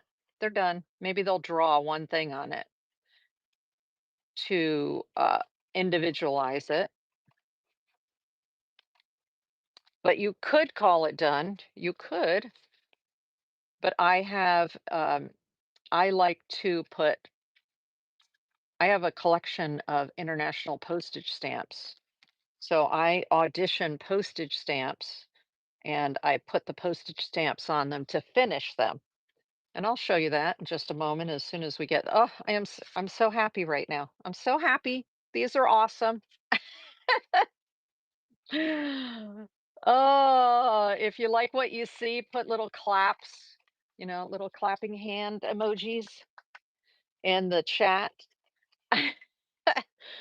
This makes me so happy, y'all. So happy. So happy. And I save these little cutoffs. See the little cutoffs? This is what I test. It's good watercolor paper, right? So save these strips, and when I have to pump my markers, or oh, thank you, Devin, or I have to do some scribbling or a little watercolor test, I use these little strips, and that's what I do on the back. Sometimes I use these, the bigger ones, and I put them in my book as bookmarks, right? Oh my gosh, I'm so happy right now. This makes me so happy. There's something about collage I just love. Collage and mark making. I guess that's a lot of artists are that way, right? Just collage makes us so happy. Look at that pop of pink in there. You couldn't even have predicted that, right? You see the pop of pink in there? Looks amazing. There. Loving it. Loving it. Loving it. Loving it. Okay, so let's cut these. We're almost done. And I will have a series of 9 and then I'll show you how I finish them because you better sign it, right? Your artwork's not done until you put your signature on it. Some people don't like to sign the front, they just sign the back. That's okay. I like to sign the front because if I put them into a frame like this, I want you to be able to see the signature on there, right? Some people don't like their signature. What I did is I'm like, my signature's okay, the full signature, but I created a symbol from my initials. That way, it's super simple to just on the front put my symbols on it, my symbol and the date, and then put my full name on the back.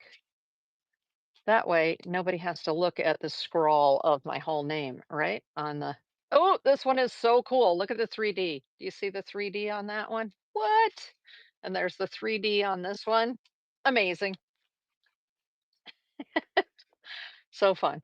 I love doing the 3D stenciling on the watercolor paper. It just adds so much very cool dimension to it. Really, really cool. There we go. If you don't have a steady hand, give this job to somebody in your household with a steady hand, or take it to your slicer. Somewhere in storage is my big slicer. It hasn't come out of storage yet, but I'm going to spend the rest of December going over to storage and see if I can get some of these items from when I moved a couple years ago. See if I can find them because I have a big slicer and it would really come in handy for doing a job like that, right? Slice, slice, slice. Now I've got a set of 9 cards. Do you see how they're not exactly the same? They're all individual, just like my kids, but you can tell they're from the same series, right? Isn't that fun? That is so fun. Let's finish one of them so you can see how I finish them off. They're all so beautiful. Normally what I'll do is I'll sit them out like this. I'll put the 9 out like this, and then I get out my postage stamps. And then I start looking at the postage stamps and matching them up and seeing what postage stamp will go on which one. And then I draw other designs on it if I feel like it needs something else besides the postage stamp. That's how I do it. Let me see, you're learning all the secrets here tonight. So I appreciate you being here. Thank you. And we're just going to do the finishing touches. I've got this is my bin of postage stamps from around the world and the US as well. I started with a collection of 1,500 stamps from Paris. I was across the Seine River from Notre Dame. So I'm looking at Notre Dame over there on the other side of the river.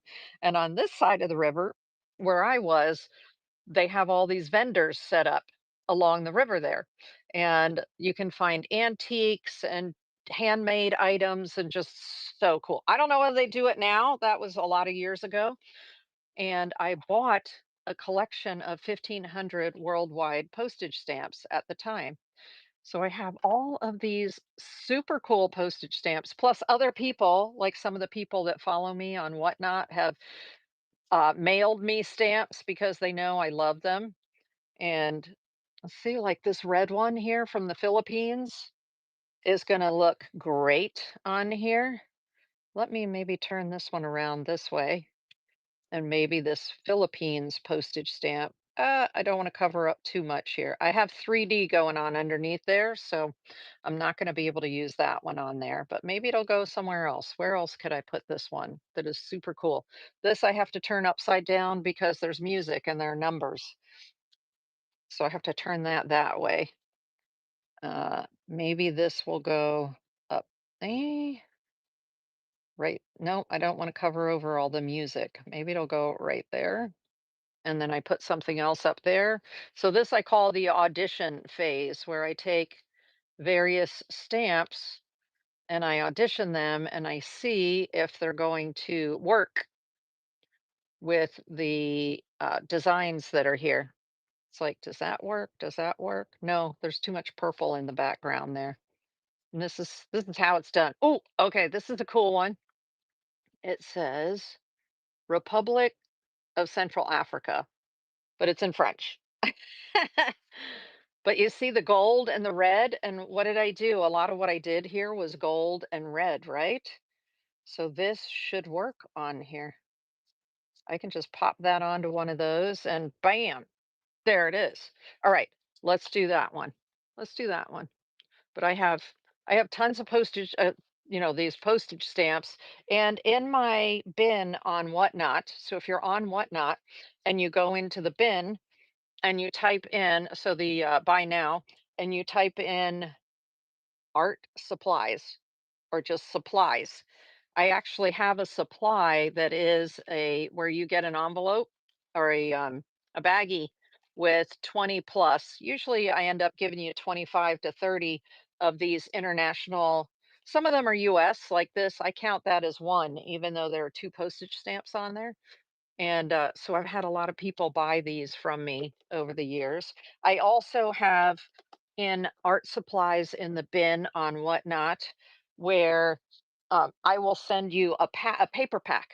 And the paper pack is going to include 30 or more, it's always more, but 30 or more uh, pieces up to about 5 by 7 pieces of um, paper. I'm looking next to me here, and I have rolls and rolls and rolls of absolutely gorgeous collage paper that I've collected over 20 years. And so I cut pieces off of that and I send it to you if you're interested in that. And some of the people that watch my show order those over and over and over again. Okay, let's put this little Filipino guy back in here on top because we're going to do this Republic of Central Africa. So let's put these away for right now. Ooh, do I want it on this one instead? I don't know. Let's see. Let's see. That. No, it covers up those little O's too much. Okay, this is the perfect one for it. Isn't that funny? It's like you can audition something for all the. Oh, thank you very much for your purchase there, Devin. I appreciate it. I just happened to see it pop up as I looked up. The You see how these two cards, when you put them together, they make that flower, right? That stenciled flower on there. Isn't that cool? I love that. Again, like I said, it makes it woo tip. Thank you, Devin. I appreciate you. You know, it's funny, my daughter's name is Devon, but it's Devon, like the county over in England, because her father is British. So we gave her the name Devon. Some people pronounce it Devon, but we call her Devon. I said, "You're just as sweet as Devon clotted cream," right? Which is a delicacy that they have with their scones and their tea in the afternoon over in England. Yes. Now, how am I going to attach this postage stamp to the backing? Of course, I'm going to use the gel medium just like I did before. Let me get one of these. Oh, you get that all the time? Yes, Devin. I'm going to use this because I don't want to get gel medium all over everything. Okay, where did my tube of gel medium go? There it is. There it is. Let's do this. And now we're going to put the stamp on there. Oh, this is so exciting. Here we go. Here we go. Here we go. And some people say, "What if that stamp's worth something?" I'm like, "It could be worth something, but uh-oh. It looks like my why did it do that? My iPad ran out of juice for some reason. So I'm not going to be able to see your comments for a few minutes, y'all, until my iPad boots back up. Don't you hate when it does that? It just randomly decides to go down. And I can't read like all the way across the room over there is my computer and I can see the chat, but I can't read it because it's like tiny over there. All right, let's put some medium out on our advertisement here and I'm going to use a little bit smaller palette knife so that I'm a little more precise with this one because I don't want gel everywhere. So I'm going to use this little diamond head and I'm going to pick up some of the gel medium. Let's put it on the back here. In this particular case, I don't want to slather a whole bunch of gel medium on the front. I just want the gel medium on the back. All right, there we go. Lovely. And I'm going to get some of it off of here. So that's clean. Oh, look, what's it doing? It's curling all up on me. That's okay. That's okay. It's all right. I'll get over it. And let's find a nice place to put that. Like maybe right there. This is why I cleaned off the palette knife because I don't want to get a bunch of gel medium gunked onto the front of it. Oh, lovely. Lovely, lovely, lovely. Let's do that. And then I go over it with a paper towel, a clean paper towel like this, just to clean up the front. Nice. Fabulous. Now this had gold on it, and it looks like a little bit of the matte got on there. So I'm going to get the edge of this with a little bit of water on it. And then I'm going to wipe off the front of the stamp because I want that gold to show up. Remember I said the difference between the matte medium and the gloss medium? I have matte medium on the back and a little bit got on the front and it was dulling down the gold of the stamp on the front. So I wanted to wipe that off a little bit with water so that we see the beautiful glow of that stamp. Now, it's not quite done yet, although you could call it done as a collage piece. Very interesting, right? Love it. It's so cool. So cool, y'all. Now, what I'm going to do instead, I have this thing that I do where I use a 3D paint. Let's see, that's the copper. There's the gold. Let's use the 3D gold. Which one? I think, is this one open? Let's see. This one's fresh. You see how there's a piece of metal covering that? That's a fresh one. And if I wanted to open it, I would take the lid. This is called CERN Relief by Pebeo. It'll be linked in the description of the video by tomorrow. And it's a 3D paint. I would take the lid. This is actually a two-part. It's a cap and a nozzle. The two go together like this. And if I were to open it, I would take the cap on the nozzle and puncture this. So I would push, and then that way it would open it, and then I would put the little top back on. But I already have one that's open. So let's work with the one that's already opened right here. Duh. And I'm going to have to test it to get the 3D paint flowing. So let's push it down and see if it'll come out. Okay, this happens sometimes where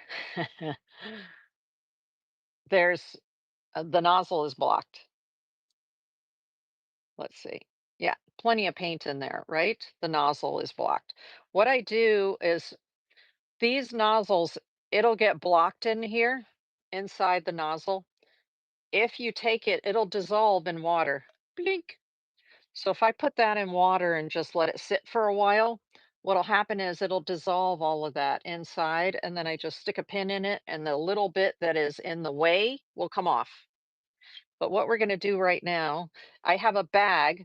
Pebeo sells a bag of just the tips like this, the nozzle with the cap. When you first buy CERN Relief, I recommend that you buy a a set of these caps, and because you can do a quick change just like this. I have the bag in the other room of my caps because after I finish with the tube, I save the cap, I clean the cap, and then I throw it into a bag and I can use it another time. See, I can just get one of my clean caps to put on here because that one's not open yet. You saw that that paint was inside there. So now when I squeeze it, look, you see how it's coming out in a 3D line like that? Ah, it's so much fun to use these. And this is where I put the little, what I call frame. I like to put frames around my postage stamps like this. Sometimes I put a frame around my drawings.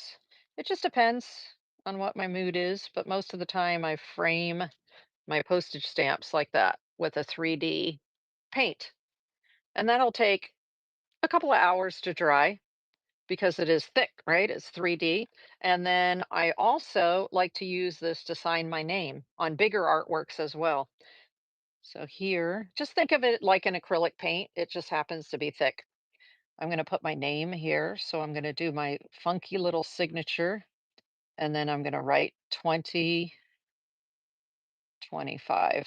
I could do this with a pen. I could do it with my acrylic marker. In this case, I'm just doing it to show you with the 3D pen.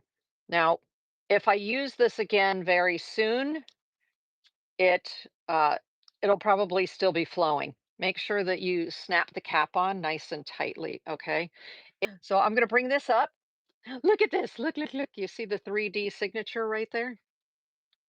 My signature and the date. I love doing that.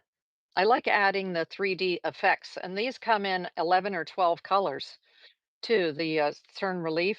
So this is the copper one. I have the black one. It comes in a transparent, which is really cool to create relief designs and then paint over top of. That is really cool. And then there's a transparent with glitter, which is amazing. I have, you can imagine, I have all the colors, right? All right, let me put that gold in there. Let's put the copper in there and put the black back in there. All right, good, good, good. So we've got the 3D. Well, there's one that's finished, and that's how I create a series of ATCs. I hope you enjoyed that part of the show.